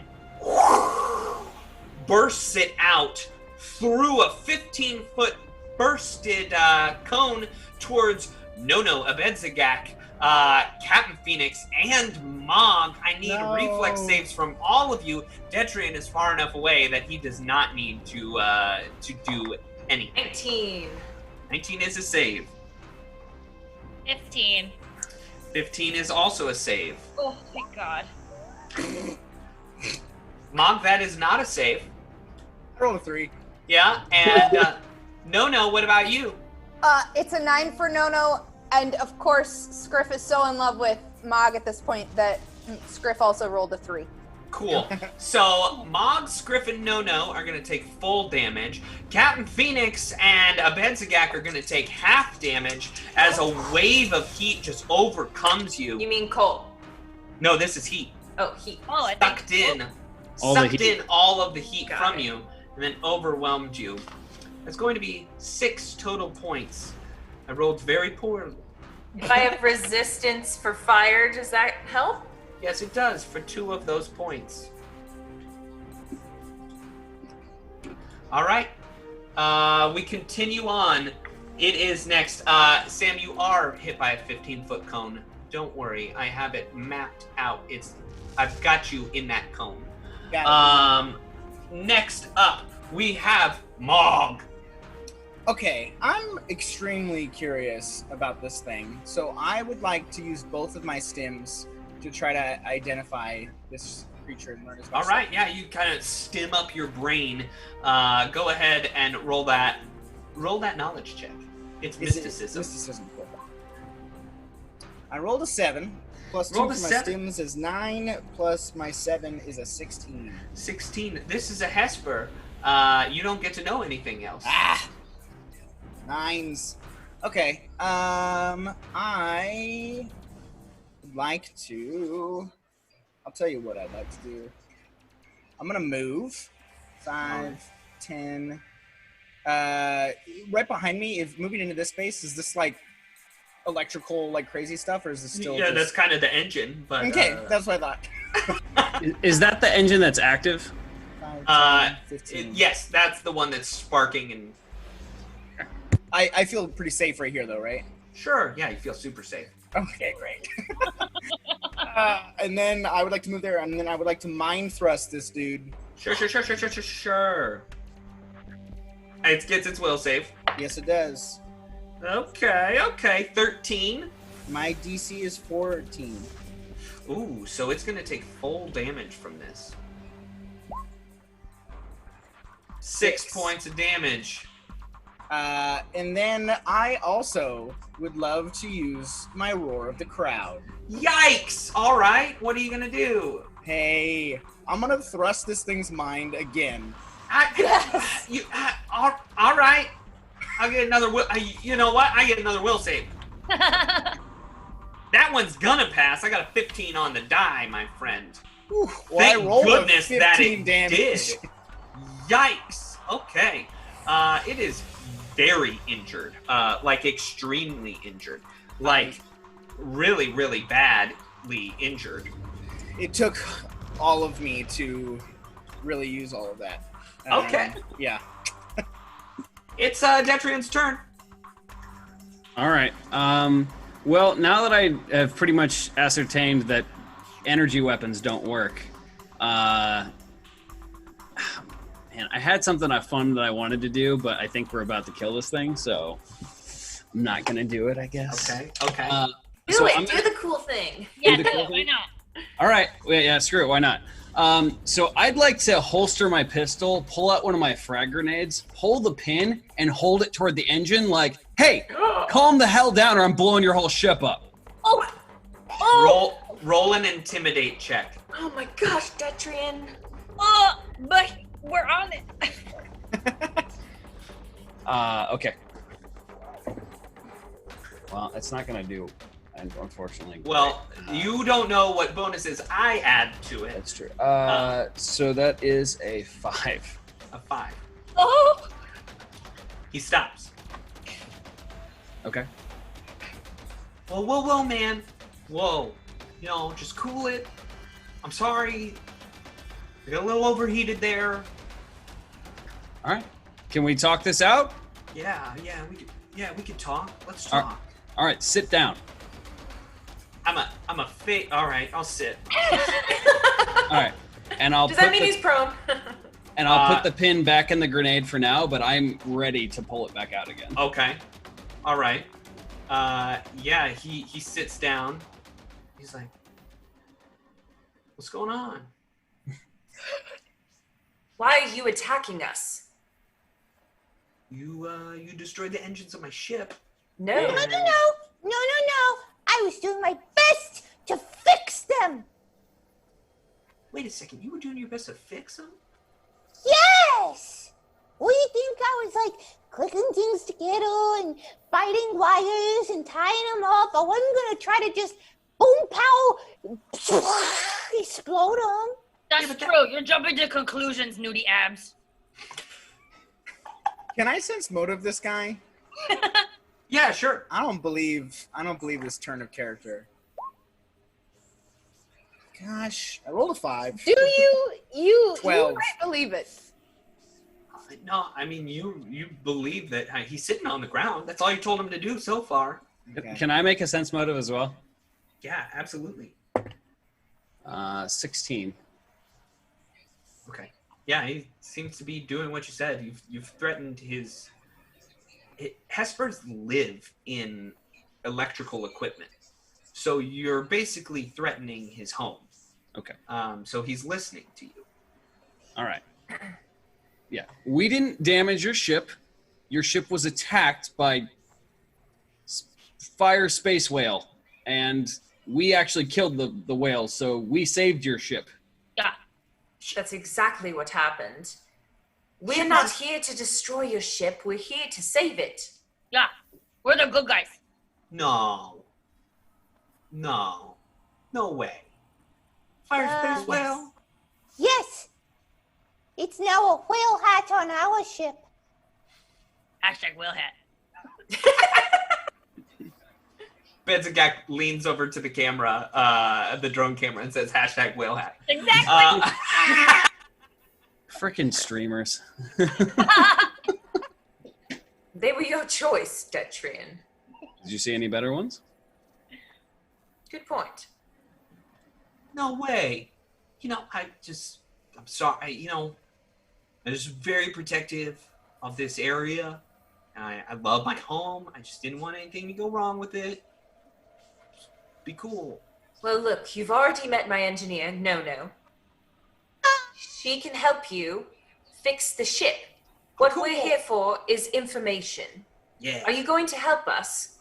Oh, I mean, I could tell you what I know. Great. Okay. Yeah. My name is Typhix, and I'm a Hesper. That's what I know. I'm just kidding. I'm just playing with you. I like messing around a little bit. No, I live here. I had I'm kind of young, look at my body. Where do you work out, bro? I work out in the engine. Oh, the time it's turning, I'm just running. You know what I mean? Like, I'm running. Who do you work for? I work for myself because I love this ship. But I tell you what, there was a shipmaster, and they came in and they built this ship, and then they were a little bit messed up because I lived in here, and they were like, "Why are you in here?" And I was like, "Whoa, bro, I'm gonna live in here, bro." What was their name? No, I don't know. I never got their names. You worked on a ship, and you didn't know their names. I mean, they didn't really know I was working on this ship. I mean, they knew I was in here, but I don't have to be out here. See, look, and he just zips back into the engine, and he's in there. And then he pops back out, and he's like, "Yeah, I mean, if there are people around, I don't really like to come out." Mog. Ask the information that we seek. What did you say? Ask him for the information we seek. Your ship holds great scientific value. Oh, yeah. We would like to get it running again, so we may bring it back to Absalom Station. Coolio idea. Yes, coolio. Can you fix it? I mean, I can't fix it all myself, but I can help.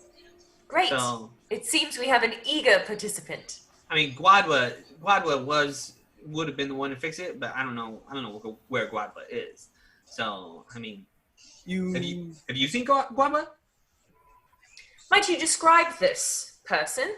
Yeah, like they kind of look like you, but they're red, and then they got horns, and then fire, fire everywhere. You seen Guagua around?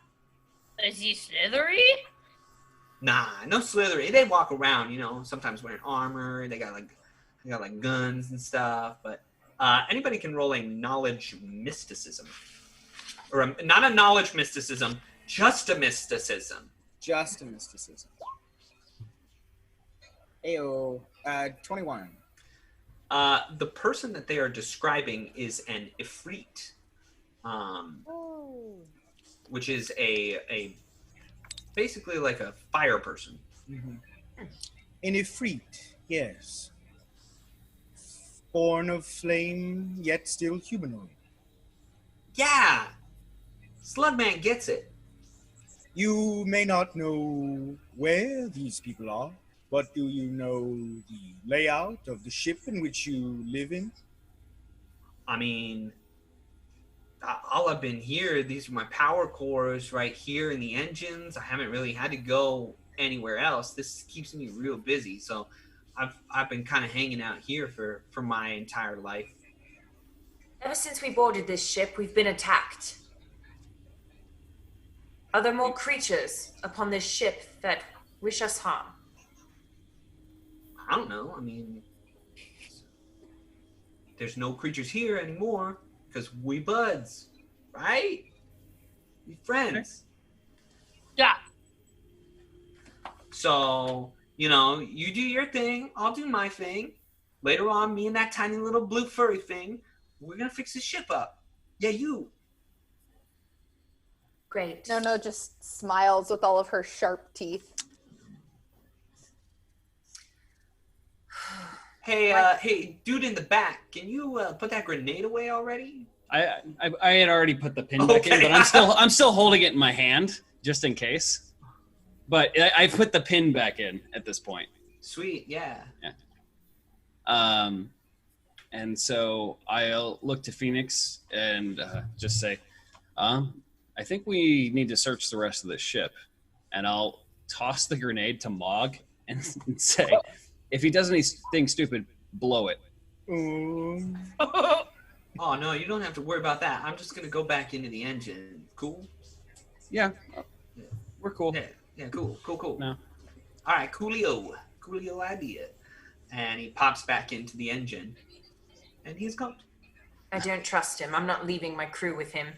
We all stick together. You hear me? But no, we're so excited to work on all this stuff. We'll come back, and no, I promise you'll help fix up this ship. He pops out. He pops out again. He's like, "What? You don't trust me?"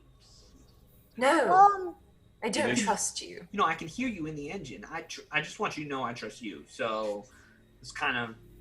I'll learn it. Don't worry. And he pops back in.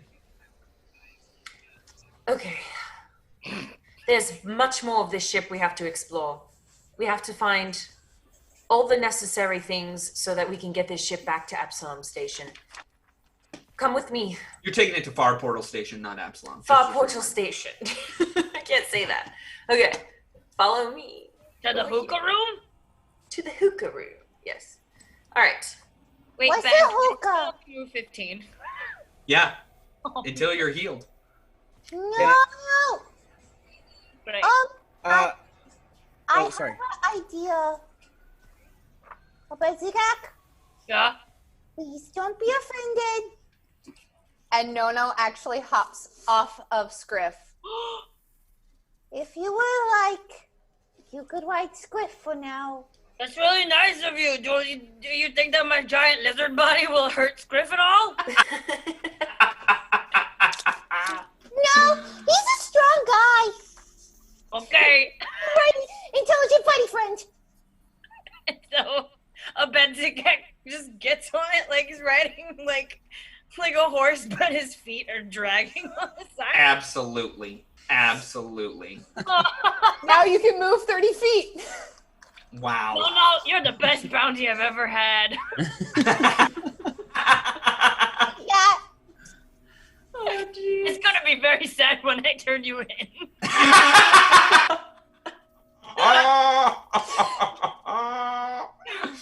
Okay. All right. So, what are we trying to do here? Where are we going? Who wants to choose a door? I'm sure there's going to be something just as terrifying behind each one. My vote, as always, Phoenix, it's going to be clear the rooms from back to front, so nothing sneaks up behind us. Hearing Always that, the No will do a perception check what might be beyond the door she is at currently. Okay. I am glad I have that +5 to skill checks right now. 10.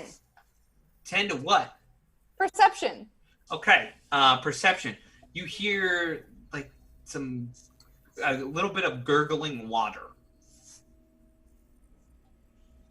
There's water here. Oh, good. Might I suggest, Captain, we all catch our breath? I would love a full night's rest. Do you have Yeah, any I'm suggestions as to where we might acquire said rest? A short 10-minute break to catch our breaths. Sure, 10 minutes. And she pulls out the flask from her belt and she starts drinking and she just kind of looks at Detrian. So you're taking a quick 10-minute break. And let's us take a tiny little break as we read some comments. Oh, I love this comment from Spartan Undead. Jamie reminds me of Cindy Lou Who from The Grinch for some reason. So cute. So Thank you. Positive Kerr, Nono, and a Bedzigak are friendship goals, I think. If friendship goals is helping your buddy turn you into the law, absolutely. You know, it's about the journey, not the destination.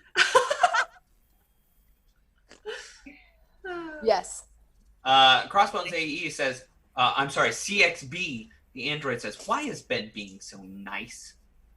Because Ben has lost all of his gall. Oh. Whoa! Look, that is not from the whole party. I'm Nope. just saying. In fact, we are hiring for a new engineer. Is CXB, is Crossbones wanting an engineering position? Because he's got an available slot. Let's kick No out. I gotta tell you, you would not want CXB to be your engineer. I know Time to the turn in that bounty. backstory. I know the backstory of that android, and that would not be a very good engineer. Okay. I like No. Me too. Bislins says, to be fair, I wanted to kill Detrian after Larry died. I'm feeling protective today. I didn't even kill Larry. You did. You opened your... Larry wasn't alive. Wait, B77 says, can Mog and I be best friends, please? I really want to be friends with him. He's the kind of person I'd be friends with. The answer is astoundingly absolutely. Crossbear 18, what does cooked Skittermander taste like? Right after the nicest Mog comment, here's a huge amount of evilness. It tastes gamey. It's not good. And the response from Adam, like space chicken. Oh boy. Big We've gotten cheers from Sarah BC1 and Willow Ridley, and Willow Ridley has become the BBBB, giving a roar of the crowd to Wes. And we've also been followed by D-Bear12. So Thank you so much. Let's get into it again. You take your 10-minute rest. Mog is looking well. Actually, what does Mog look like? Because we discussed what a Bedzigak and No looked like. I know we haven't gotten to Phoenix and Detrian, but I would love to know what Mog looks like at this moment. Yeah, absolutely. At this moment, I again had been helped out by the worlds that be, so I'm feeling a little bit better for sure. Just my state of myself, but looks wise. Mog is 4'2", about 140 pounds or so. So certainly not small, but not large. But some of that height is because Mog is hunched over. There's that lean forwardness that kind of goes in with his approach of life as well. Skin is completely maroon red, similar to this, and my wonderful little laser colors around me. And I have these forest green, as well as blue spots that are on the top of my head and run down my neck and to my back. And I'm wearing these robes over my armor, and the robes are predominantly white, but there's kind of warm colors accenting it here and there, and sort of designs and things like that. But Osharu in general, I have little ocular mandibles, as well as my hands. I am humanoid, and am a snail human, so I have like these giant sort of bulbous hands and feet. But I am a two arms and 2 legs humanoid slug man. So if anyone wanted to draw a humanoid slug man, now they know how to. Yeah. Bog for the win. All right, so there you are. You've taken a 10-minute rest. All of you that want to can spend a resolve point and gain back all of your stamina.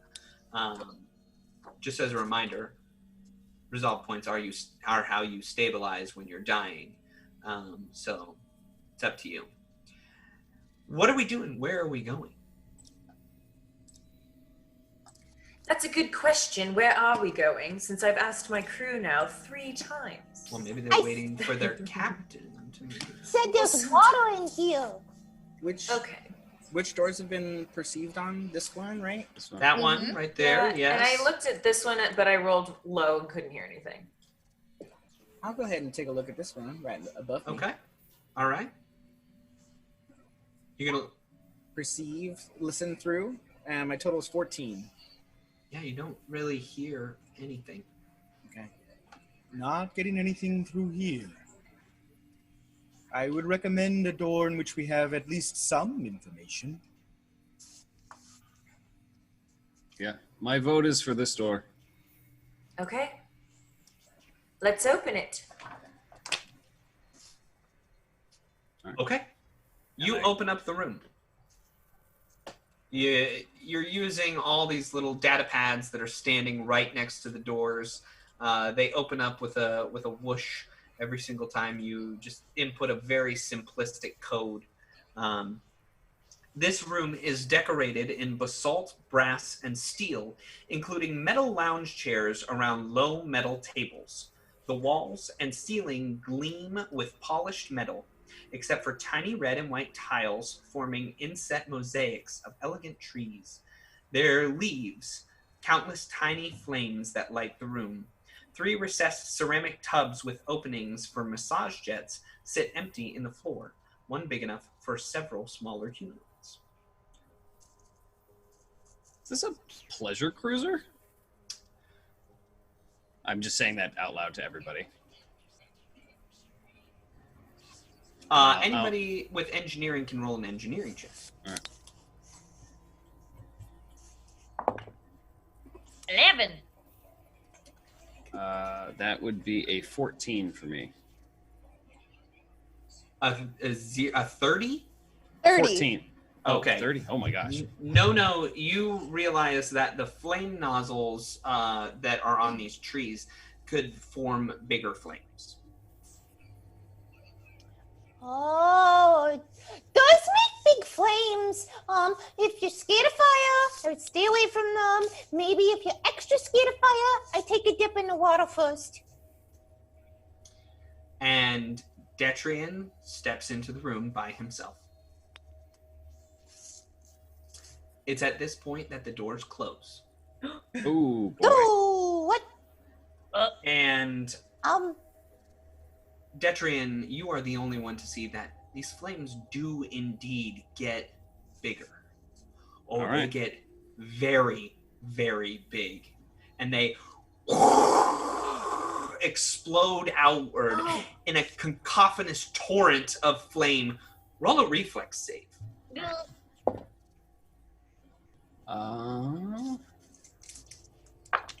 Is that just a straight roll?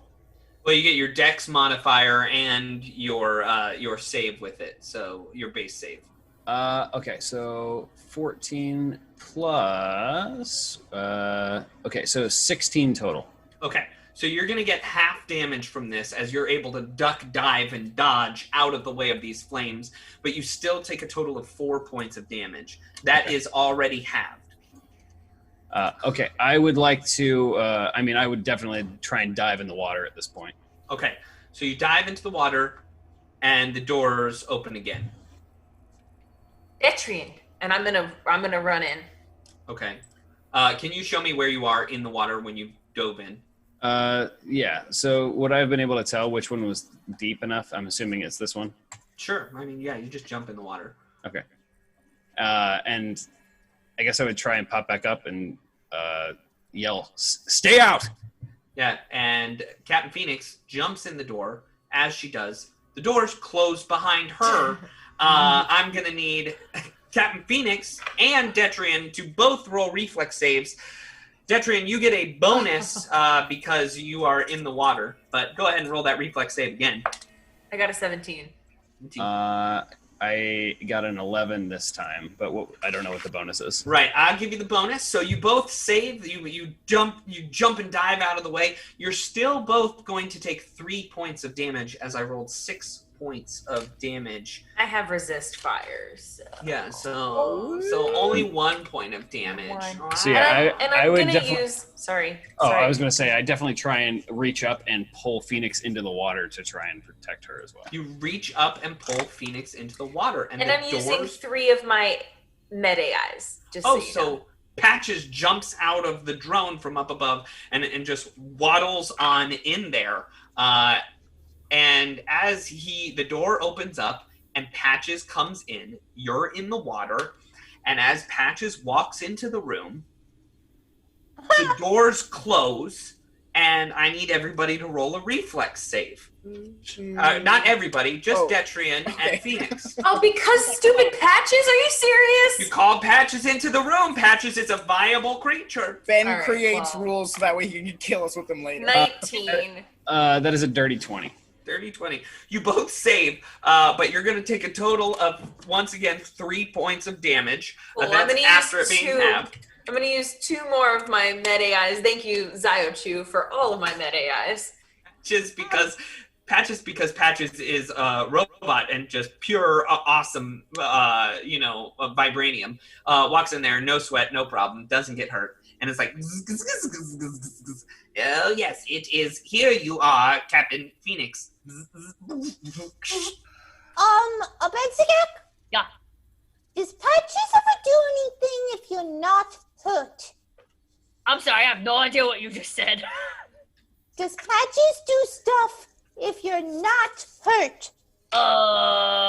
Sometimes. What's the percentage on that times? I'd say like 50-50. Well, it's 50-50 that they're in real bad shape in here.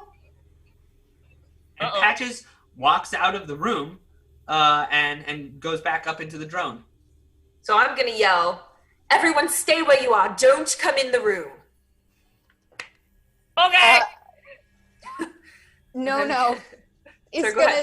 Nono's gonna open the door and stick her head in and yell, "Stay outside of the room!" and then pull her head back out. And the doors close, and I need you to roll a reflex save. Even though we're submerged in water? Yeah, you get a bonus from being in the water, but the water also gets very, very hot.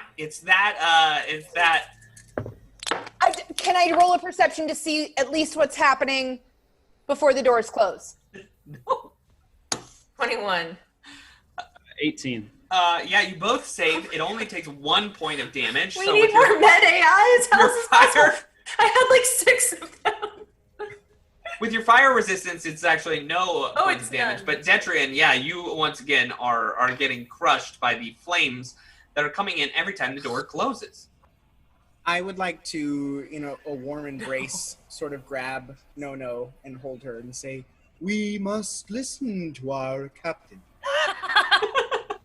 And real quick, BMC Callister has gifted $10, 1 for Mog. Also, Mog, stop wearing a red shirt. Red shirts always die first. Come on, dude.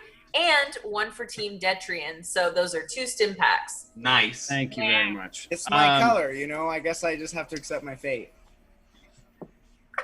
Oh, jeez. Can I make a perception check to see if I can tell what would be causing this stuff, or like a engineering check? Engineering check, yeah, absolutely.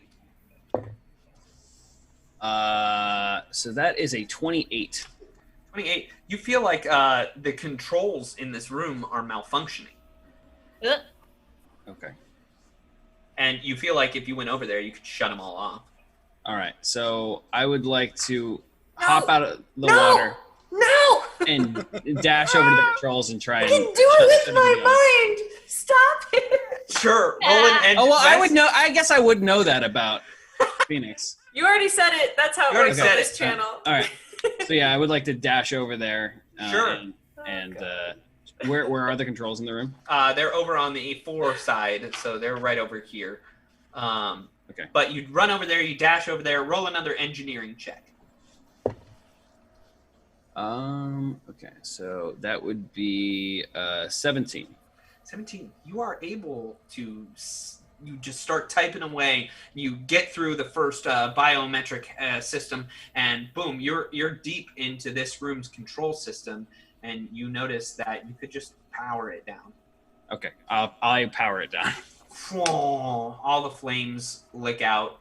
The water no longer gurgles with jacuzzi jets, and this room is empty. It doesn't have anything going on. And I look down at my arms, and I notice I have burns all up and down my hands and my forearms. And I just sit down and look at Phoenix, put my hand up to my face like this, and say, I'm going to blow this entire ship up. Well, I do have one rule, and it's not to blow up my ship. But I don't quite care what you do with this one as long as we're no longer on it. Yeah, I might be able to wait that long. And if you're hurt, Patches can heal you for 2 points if you call him. Yeah. Did someone say Patches? You do have 2 med AIs, just so you know. Yeah, I'm gonna use both of those. All right, so this time Patches pops out and opens the door and goes in, and the door closes behind Patches. And then Patches walks over to Detrian and, hello, yes, here you are, Detrian. There you are, 2 points of healing back, and kind of sears up, kind of puts some cooling ointment on those burns that you have. I'm still kind of mad because Patches caused me to take more damage, so I just Yeah. kind of glare and just, thanks. You are very welcome. And Patches leaves. Well, seems like this was the wrong room to choose. Alas, I'm gonna hop out of the water, and I'd like to survey the room for anything else that we may need, or information, or anything like that. Sure. That would be a 16. There is nothing in this room. Okay. I say we leave, we get out of this room, and we try another. And pray we don't fall under the same sort of circumstances. Sending the other crew first. I take a swig of my from my flask and notch it back onto my belt. All right, and I'm gonna leave the room, and I'm assuming that we're now both soaking wet. Yeah. I told you guys it was water in there. Yeah, water. That's what burned me. Mm-hmm. Okay, hold on a sec. What is happening? Oh my gosh, sorry. Zioju just donated $50 to give 5 med AIs to me. Whoa! Oh my gosh, you're my favorite human. Chat Dad. Willow Ridley donated 3 med AIs for Wes. So we're going first, Wes. Okay, all right. Patches, stay on guard. People love Patches. People love Patches. Phoenix is really upset that she's soaking wet. She has kind of like golden hair, which is always pulled back into a really messy ponytail, almost as if she just got finished punching and kicking 100 guys. Like, she's just kind of a little disheveled and a mess. But now she's soaking wet and disheveled and a mess, and she's not very happy about it. Hey, Cap. Let me show you a trick. Ready? And Nono just like takes all of her body and shakes as hard as she can. You should try it. She ignores because she is not feeling it at the moment. I'd try it. I give Phoenix a look that she would probably know well by this point, and it's just going to say to her, I'm going to kill all of them. And I give him a look back that basically says, not if I do it first. So then I just am going to march over to this door, and I want to kick it open. Okay. Because I've had it. Go ahead, roll a strength check. Here we go. Oh, okay, that's not as bad as I thought. 17. You kick that door, and you can tell just boom. You can tell that thing is like locked. I mean, that thing is cemented in place. You don't feel like it would move. Can I go up? So I've seen this kick, and I know that Phoenix is pretty strong.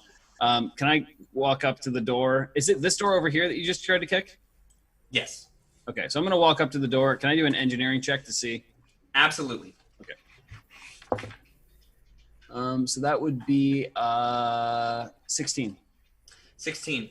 You think that this, you can decipher that there is a thick lock that is barricading in this door. Something very, very important is behind this door, you would think, because this lock, and with engineering wise, it's very, very difficult to even understand or comprehend what type of lock this is. You do notice that every time you go over to the keypad over there, it's asking for the master key card. And you try and hack in through the systems, but it just doesn't seem to be willing to go through. You could take as much time as you want trying this. As a GM, I'm telling you that this check is, you may or may not even be capable of doing it. I have an idea. So I'm going to look around the room, and I'm just like kind of still ticked about the fire room at this point. Right. I have an idea, and I'm going to walk into the engine room again. Okay. And say, hey, guy, you still here? Yeah, what's up? You can move through electronic systems, correct? I mean, I live in the engine. Yeah, but you can move through electronic circuits, yes? I mean, kinda, yeah. I mean, that's not quite how it works, but I can phase shift into like my home. I don't just like zip around the ship or anything like that. So you haven't explored anywhere else? Nah, man. Have you seen this engine? It's awesome. Okay, if I guarantee to fix the engines for you, can you do us a little favor? You kind of already did that, but I mean, I can try. Right. Okay. Yeah. What do you need? There's a room that we can't get into. It's locked behind security, and I'm thinking that if you phase through, we might be able to get in. All right. I mean, I could go try. I mean, I could try. Yeah, for sure. And he will come out of the engine and walks through the room, and he's like, "Whoa, you got into this room? There's something crazy in here making a loud noise." Tried to tell that stupid little lizard not to come in here, but man, that stupid little lizard was stupid. Wow. He was 10 minutes old. That's we fair. handled it. That's fair. Real quick, Ziochu has decided that Mog should get some love, so has donated $30, and I believe, is that for Med AI? Ooh, Med AIs, yes. Is it, I think? Wow. Thank you so much. Yes, it was for 3 Med AIs for Mog. Awesome. So he kind of steps into this room. He's like, yeah, you see, I mean, this guy was crazy. And as you look now, you can tell that the magma elemental was actually bashing against the same doors that you're trying to get through and was unable to break through them. Okay. But he'll go and he'll kind of like get in. He's like zaps into the security system, into the data pad, and he's like, it comes out a little bit later, and he's just kind of shocking. He's like, okay, that was a wild ride. I was able to get a peek. What is it? There's nothing in there, but that hurt a lot. It was not. Whew. Right. Youch. Well, thank you, and sorry. You can, yeah, go for it. There's nothing in the room? I mean, there's not. I mean, I was able to like look into the room through the other side of this data pad, and There wasn't anything in there. Physical. There wasn't anything physical in there. All right. I'm going to go down to this door right here and try to open it. Yeah. That one does open up. I'll move with Phoenix. This room is a blend of engineering bay and science lab filled with workbenches and a variety of large tools and view screens. Cabinets and lockers line the walls. Overhead, 2 clear almond-shaped domes offer a view of the stars. At the room's forward end stands a long, clear-sided structure with 2 linked square chambers, one full of silvery liquid, the other empty. A falling workbench smashed the container on the empty side. That is this room right here. And before Detrian can take a step in there, I would like to pull out just a piece of, like, or if there's any debris or any rock or anything nearby, I just want to take it and throw it in the room real quick. Okay. Smart, given where do you throw it? A room. I would like to throw it through the door and have it land just right here. Okay. Yeah, there's nothing that, like, there. It doesn't seem like there's trap or anything that bars your way. Yes. No. Oh, I was just gonna say, Nono takes a 5-foot step this to the whatever that is to my right on the screen, because I don't remember where 4 is on this ship anymore. And Nono like leans forward and looks around the corner at the 2 of them just like barging ahead, and she thinks back to Detrian saying, "We work from the rear to the forward," and she looks at Mog and Abedzagak and goes, "Sometimes you gotta help people help themselves," and she'll open the door that she's at. Nice. That's amazing. You open this door. And I'm sure this is for the many times that we've split the party on you, Jamie, that you're trying to pay me back for. Don't worry, I am prepared for you. Yeah! This room is an infirmary with rows of bed, a surgical table, and transparent cabinets full of medical equipment and supplies stowed in shelving that holds it in place.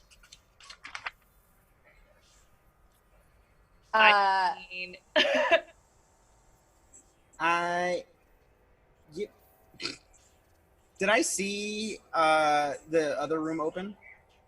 Yeah, I mean, you can hear the doors as they kind of open. You hear sounds that sound like this. There you go. Airlock open. Airlock open. You're good to go. So you hear those sounds. I would like to follow my captain's call and do a similar toss of the rock into this room. Okay. Yeah, it doesn't seem like anything happens to it. Let's transfer back over to Detrian and Phoenix. Detrian, Phoenix, what do you do? I walk in, and I'm gonna walk to here. All right, and I would move with her as well, like kind of moving as a team. Okay. You see just like a shimmering around the ground. Perception check? Sure. 12 I'm not for sure me. how well. Yeah, I didn't do a 12, so. I mean, it might have just been like it might have been just a trick of the light. Okay. Would I be able to tell what this room is? Yeah. Why don't you roll an engineering check? 23. 23. Well, you don't really know what's going on, but there are 2 tanks over there. And now that you see it, you can kind of tell that one of these tanks is like an ooze. And you feel like as they were working on it, like maybe these oozes could make things. because what you're seeing in this container is an assembly ooze. You know it to be that.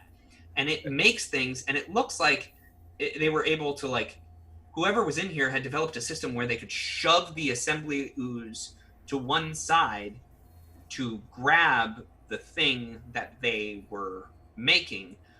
But as soon as you think that, it's right then that Captain Phoenix learns about assembly oozes herself, because we need to roll initiative. Okay. Oozes are bad. Oozes are everyone on this very channel. bad. 22. 22. All right. Quick question. 19. Who needs to roll initiative? Yeah. Well, everyone should roll initiative. Okay. That is absolutely true.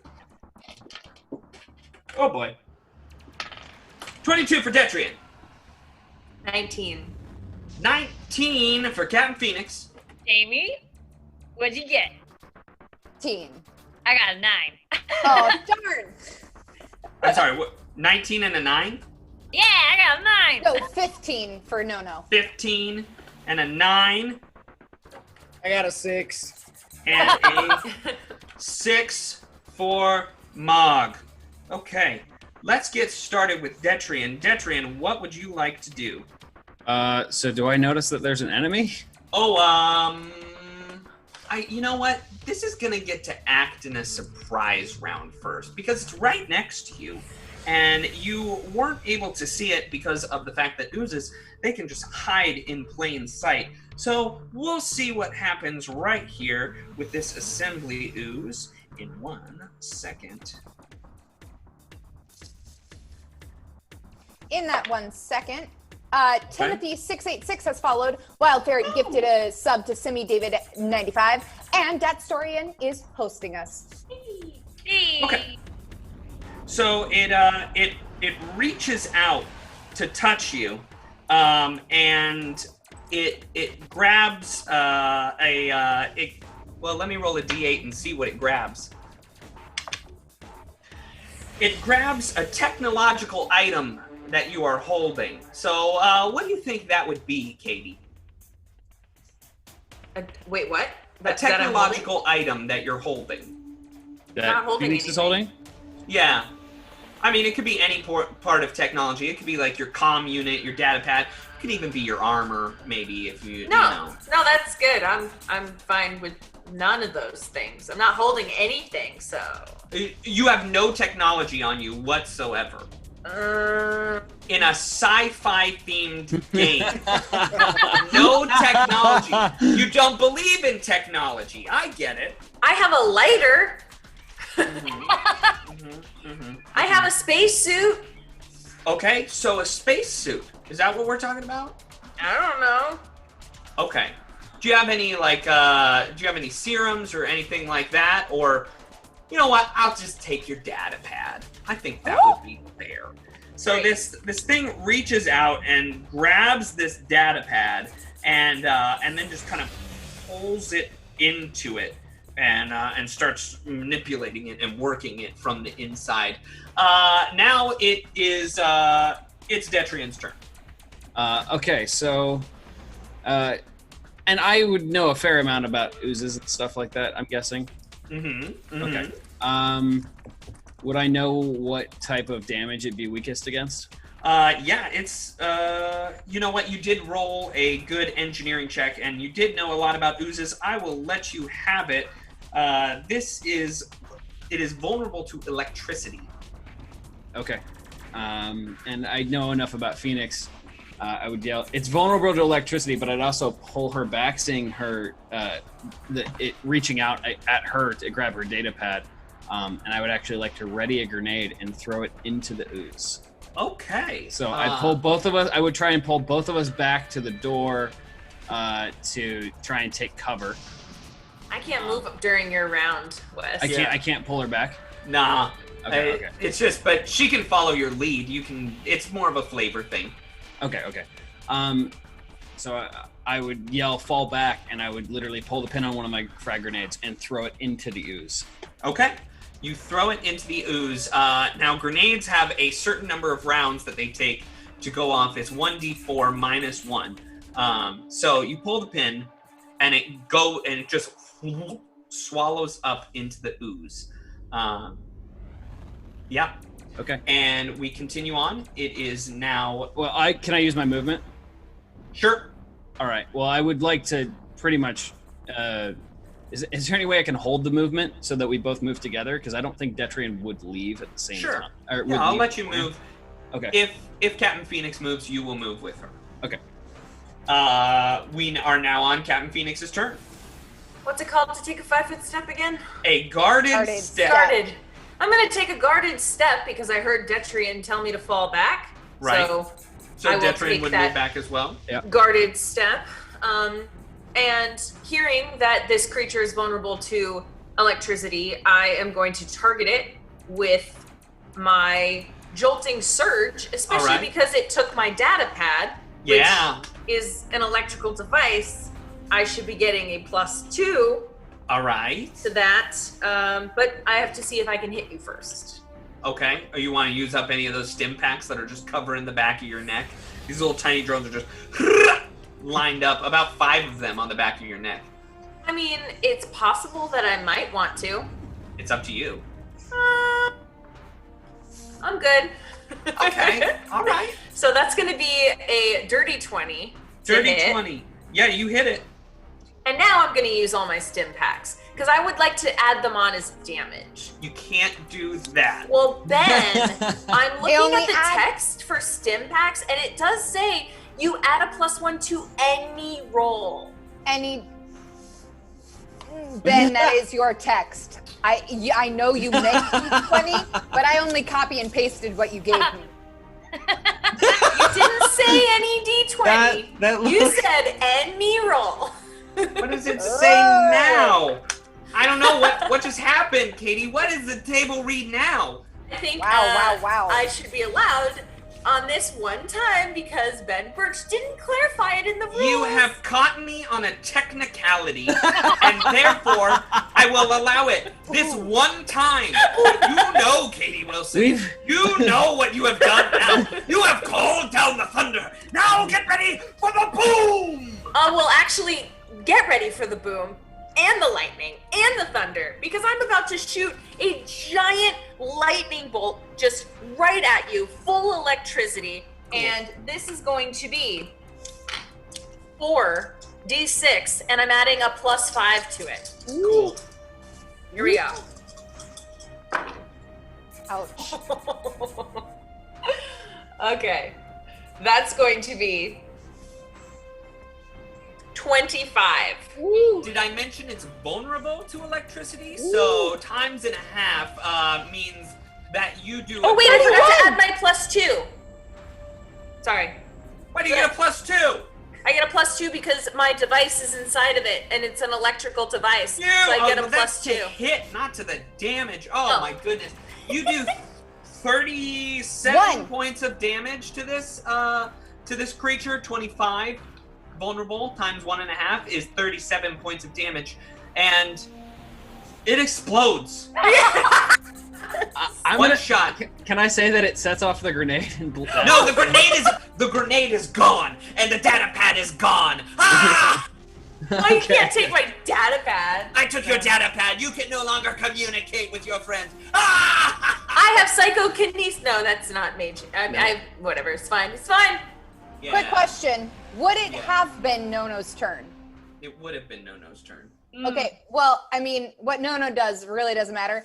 But Jamie wants to say that Cadence gifted subs to Donkey Brains, Tilla Elizabeth, Spicer Ginger Ninja, that's hard to say, Dead Name Dan, TK Lone Wolf, and we are 7 subs away from our goal. No 7? way. 7 subs away, if I am not mistaken. Wow. Yeah, Dat Network confirms. We have 193 subs, and we are trying really hard to get to 200. So thank you, every single person who is subbing. Thank you. We're 9 minutes away. I bet you we can do it. I bet you it can happen. Do it. I think we can. I think we can. So. But in reality of the game, Wes! Oh my gosh! Whoa! Okay, well we did it. We did it. Okay, Wildfire and Wes at the same time. Yeah. Whoa! Thank Amazing. you. Thank you guys Awesome. so much. Ferret. Thank Wild you, Ferret guys. gets the credit, not Wes. Wild Ferret. Wild Ferret, man. But in game reality, Nono hears explosion and bad things and immediately runs into this medical room to grab whatever medical thing she can to help friends. Yes. Are you from my mind, Nono? All right. Roll a perception check. Ah!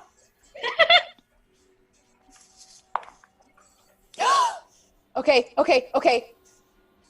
25. You are quickly able to gather up that this room is just full of good treasure, and this is a good room to go into. And you find 4 serums of healing, Mark 1, 5 med patches, a basic med kit, and a dose of Tier 1 stimulant. Wow. No, help! And you also find a reversible prosthetic arm. I want it. Give it to Rocket. I want already.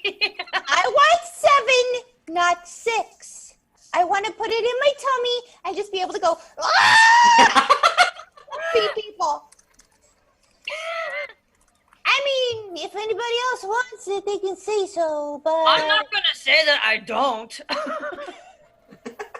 How about we share the prosthetic? We should probably show the captain, too. No. Yeah, let's be honest here that Mog and Abenzagak have really just been chilling on the carpet while Detrian and Captain Phoenix are off to Just demolished your ooze bed.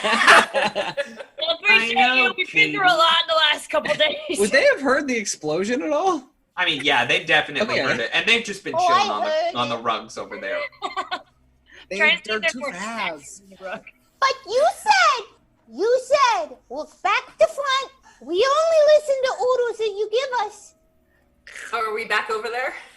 No, she's just yelling across the hallway. Hey, you guys need help or something? And, like, are we covered in ooze? Like, are we covered in, like, gross or anything? Because it'd be hilarious if we're, like, dripping wet and also we just have this, like, ugh. Covered in this nasty ooze. You can't tell what's wet because of water and what's wet because of ooze. It's just gross. And I kind of, like, look up as, like, ooze is, like, making my hair stick to my face, and I look over at Detrian and I say, nope, we've got it handled. Oh, is there water in there, too? This day started off so great. We got to kill a space whale, and now I'm burned, soaking wet, and covered in ooze. But Detrian, do you know what we still have? What? I pop the flask from my belt and I hand it to him. Yep. And I take a large swig from it and hand it back. She takes a large swig from it. And it's kind of like their moment of like, F this whole shit. And our whole crew. Where are you going to go is the question. There are 4 more doors. You've kind of tested out these 2 4 doors, these double doors, and you've realized like they're sturdy. And can I make a look around this room? I just want to double check that there's nothing we've missed in here.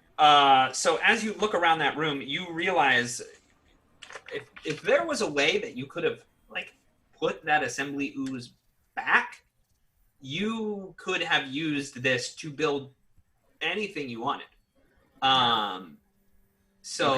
You're kind of out of luck there because you just don't have the ability to remake an assembly ooze, but there is one up in there. There are a couple of things that are out here. There is a Mark 1 Agility Enhancer Armor upgrade that's just lying on the table, and an emergency beacon. And you also feel like if you took all these lab tools, you could kind of concoct together a kit. But you like look through them. There's a chemalizer, a laser drill, and 3 white data pads. They might all be worth something. Okay. I'd like to grab. I mean, I'm going through it with Phoenix. I would like to grab everything and then hold up the agility modifier and be like, "Do you mind?" Go for it. All right. As long as I can have one of those data pads, maybe Nono will be able to somehow make it work for me. Yeah, I think that's a fair trade. So, given enough time, you can add this into your armor, and it will basically any negative modifier that you're taking because of your armor, it will take that. It'll take away one of those. So basically, removes one from your armor check penalty to make it a quicker, faster set of armor. Cool. All right, and I'll pocket that. Cool.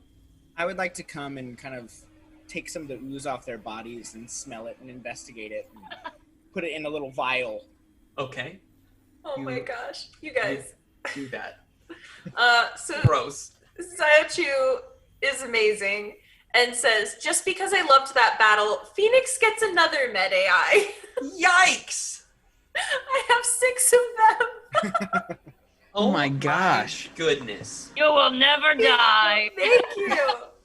Oh. Where are we going next? What's the deal here? Well, I mean, I would want to check it. After seeing the doors open on the other side, I would definitely want to question them and be like, okay, so what was in that room? Lots of stuff to help you. Don't worry about it. I got it. And do I see, would I see all of the med supplies? Yeah, and a prosthetic arm sticking out of the backpack that she's wearing behind her. No, hide it. All 3 arms on one side are trying to like push this prosthetic down into a satchel. Like, Detrian, Guys. I don't know about you, but it seems that part of our crew is attempting to hide a prosthetic arm from us. No, Guys, Nono's arm that fell off. It was. we don't care about the prosthetic arm. Okay. We don't care. You must never lie to your captain. If the captain wants the arm, so shall the captain have. And I'd like to start reaching into the bag to get the arm. I would like to whisper to Phoenix, be like, how was the slime that we almost wiped off our windshield the smartest one here?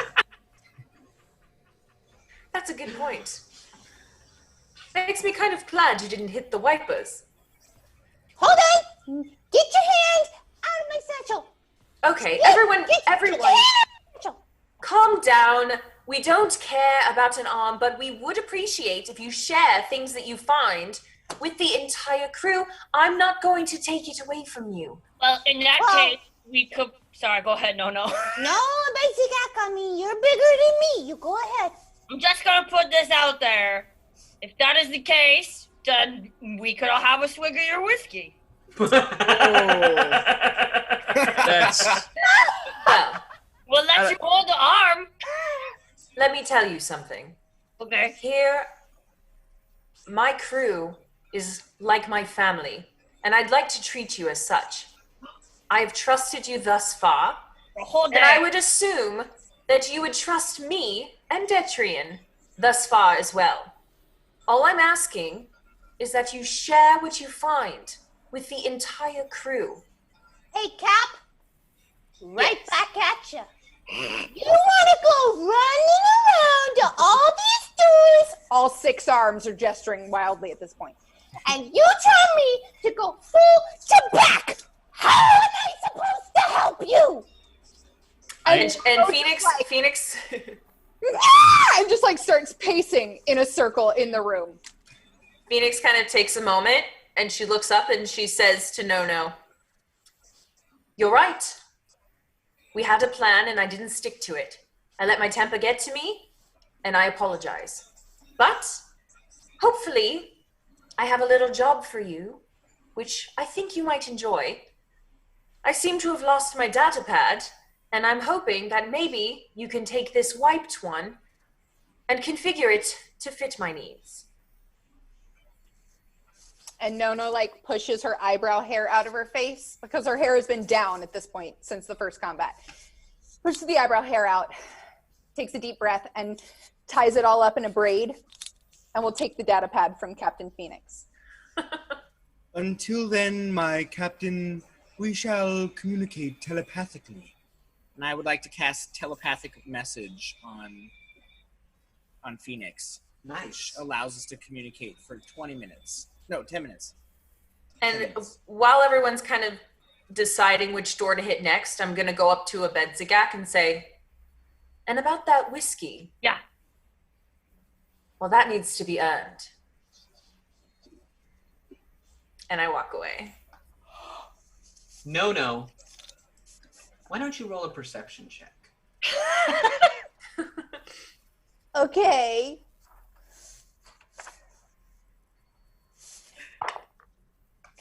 Oh, yes! It's the best roll ever. Natural 20 for 29. You hear a coming from through this door right here. Does it sound like laughter or mechanical stuff? Sounds like giggling. Hey, Cap, I know I'm busy, working on this, but, there's something laughing in there. Oh, great. Fire, water, ooze. What else? You know, honestly, just open the door. Okay. I'm gonna look before the door gets open. I look at Phoenix. Can I just toss a grenade in there and be done with this? You know, I'm actually thinking about saying yes, but everything in me, at least we have to give whatever's in there the opportunity to surrender. Fine. You open the door. This long room is a combination galley and dining room.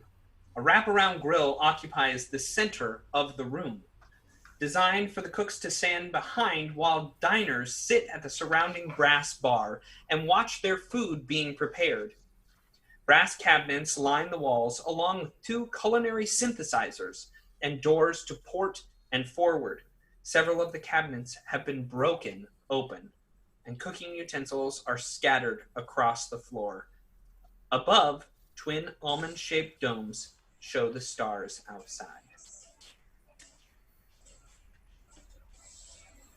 And this room looks like this.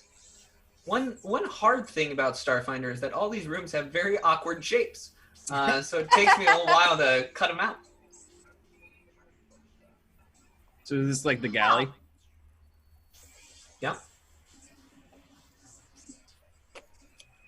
I mean, this looks fun.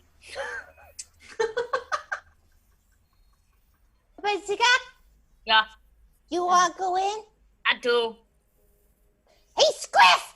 And Nona will take like her 2 bottom hands on one side and give Scriff a good pat on the rear end, and Scriff will take a Bedzagak in. Sweet. So a Bedzagak goes in. Jess, why don't you show me where a Bedzagak ends up? Cool. I would like to say, yippee-ki-yay, mother... Since I'm writing on script. How about right Nice. here in front of this? I'm assuming that's like the grill right there? Yeah, absolutely. Okay. And as soon as a Bedzagak steps into the room, 3 oddly shaped flames, they resemble tiny lizards with onion-shaped heads. They pop out from the oven and they go, "Nyuk, nyuk, nyuk, nyuk." And you can only understand nyak, but Captain Phoenix, who's on the outside of the room, understands cook, cook, cook, cook. And we'll pick it up next time. What? Heads? This could go one of 2 ways. Either they think I'm gonna cook them something, or they think we're the meal. Yeah. I'll let you decide what you think. But for a little bit, why don't we take a second and let's go back and do a little bit more of our chat. And we'll chat with you guys for a little bit and see what's up. Wow. There was a comment from Sweet V77. I'm trying to find Sam's Insta and I can't, and it's making me upsetty spaghetti. Sam hates social media. You know, you can find me at Samuel.Forbes on Instagram. So. He never goes on it. Spoiler alert, Jessica. Sorry, Caleb. Cosmic Crits in the house, and they said, I want people here every week supporting this. More subs. Woot, woot. Woo!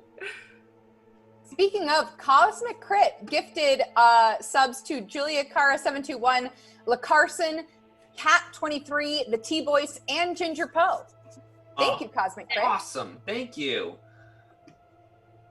There was a comment way earlier that I think I even mentioned, but they were talking about burning or like roasting Skittermander, and I'm worried that these little onion things are about to roast some Skittermander to eat it. No, there's a Vesk in the room. I like that. I like what Willow Ridley is saying right here, saying that Wes, you've been Jane-like this whole time, and they're digging it. So. Oh yeah. Yeah, Jane from Firefly. Yeah. I mean, he's the best character in the show, so. Well, I mean. Bullshit. Red lizard. Wow. Okay, the most comedic character in the show. Okay. Voss is saying, Ben, I'm disappointed you didn't kill them or any of them. I'm trying to, but it's a little bit hard when all of a sudden my ooze gets exploded. For just an ungodly amount of damage. Yeah. It's ridiculous. That was your own fault, Ben. Yeah, you took my device, and I was like, "Oh, this is great." And he's weakened by electricity. This is perfect. Penguin Witch Doctor says, how do I send you an alien NPC? Once again, I said this at the beginning, I'll say it again. You can send an email to me directly, GMBenBurch, that's GMBenBurch @gmail.com, and you will send me a character, a backstory. I'd love a character sheet as well. And when we see you in chat, I'm no longer going to refer to you as Penguin Witch Doctor. Crossbones will tell you, Crossbones is CXB, the android, and I know that for certain. And I'm going to, if we get 100 of these things, I will literally memorize 100 aliens to know all of you. All right? I'll do it. I actually believe that because you've got pretty good memorization skills. I know this for a fact. Katie, I hate to disagree, but you know it wouldn't be Ben, it would be me being like, oh, Ben, this is their name. Oh, you're right. But that's You're okay, right. and I'm totally That's okay fine. with it. Awesome. We had a wonderful time visiting you. We've had a wonderful time. You being here, it's been awesome. It's been so fantastic. We had a lot of fun. Huge shout out to Adam Rady because this whole setup is awesome, incredible. He worked so hard on that sound bite that came out with Wes and I in it. That was great. really, really rad. And Rady, you're just doing a killer job, and we're thankful for it. And we'll catch you next time. While we're thanking people, can we thank Hondo08, AFK, aka Fred 32092, Donkey Brains for follows, Wes for gifting to Requiem of Sins, Rennie XOX, Silver Butterfly 8989, the Constrepo fan, Cat God 23, Sarcastic Fury, Razzle Cazzle, and thank the Wild Ferret for gifting to Olivia Blackstar, Lady Lovegood, Lots of Chocolate, Melsky 360, Michael Arand, Chase Shaw, Mr. Mr. X of Vengeance, Big Jim's Lade Gaming, Lady Lyra, Pentagonal Muffin, and Twispark gifting a sub to Positive Kern. You guys put us over our Wow. Yes. our goal. Thank you guys so much. Yeah, you all rock so much, and we are so excited to bring you more fun, more mystery, more things. In space? Ah! And guys, we do have a ton of other shows on the channel all week long. Starting off Monday, Jamie, right? Our very own Jamie here, our no-no, is actually a GM of Crits and Giggles every Monday night. And myself and Ben are also on that show. But we have amazing programming throughout the week, so be sure to check on in and check them all out. Yeah. And Wes, are you going? You got another game tomorrow? I do, and they've actually named the show Yeet for Initiative. That's great. So tune in to see Wes tomorrow for his Yeet for Initiative. We love you guys. we're happy to do this. This has been a blast. It has. This was a fun one. So we'll see you next time. Bye, guys. Goodbye.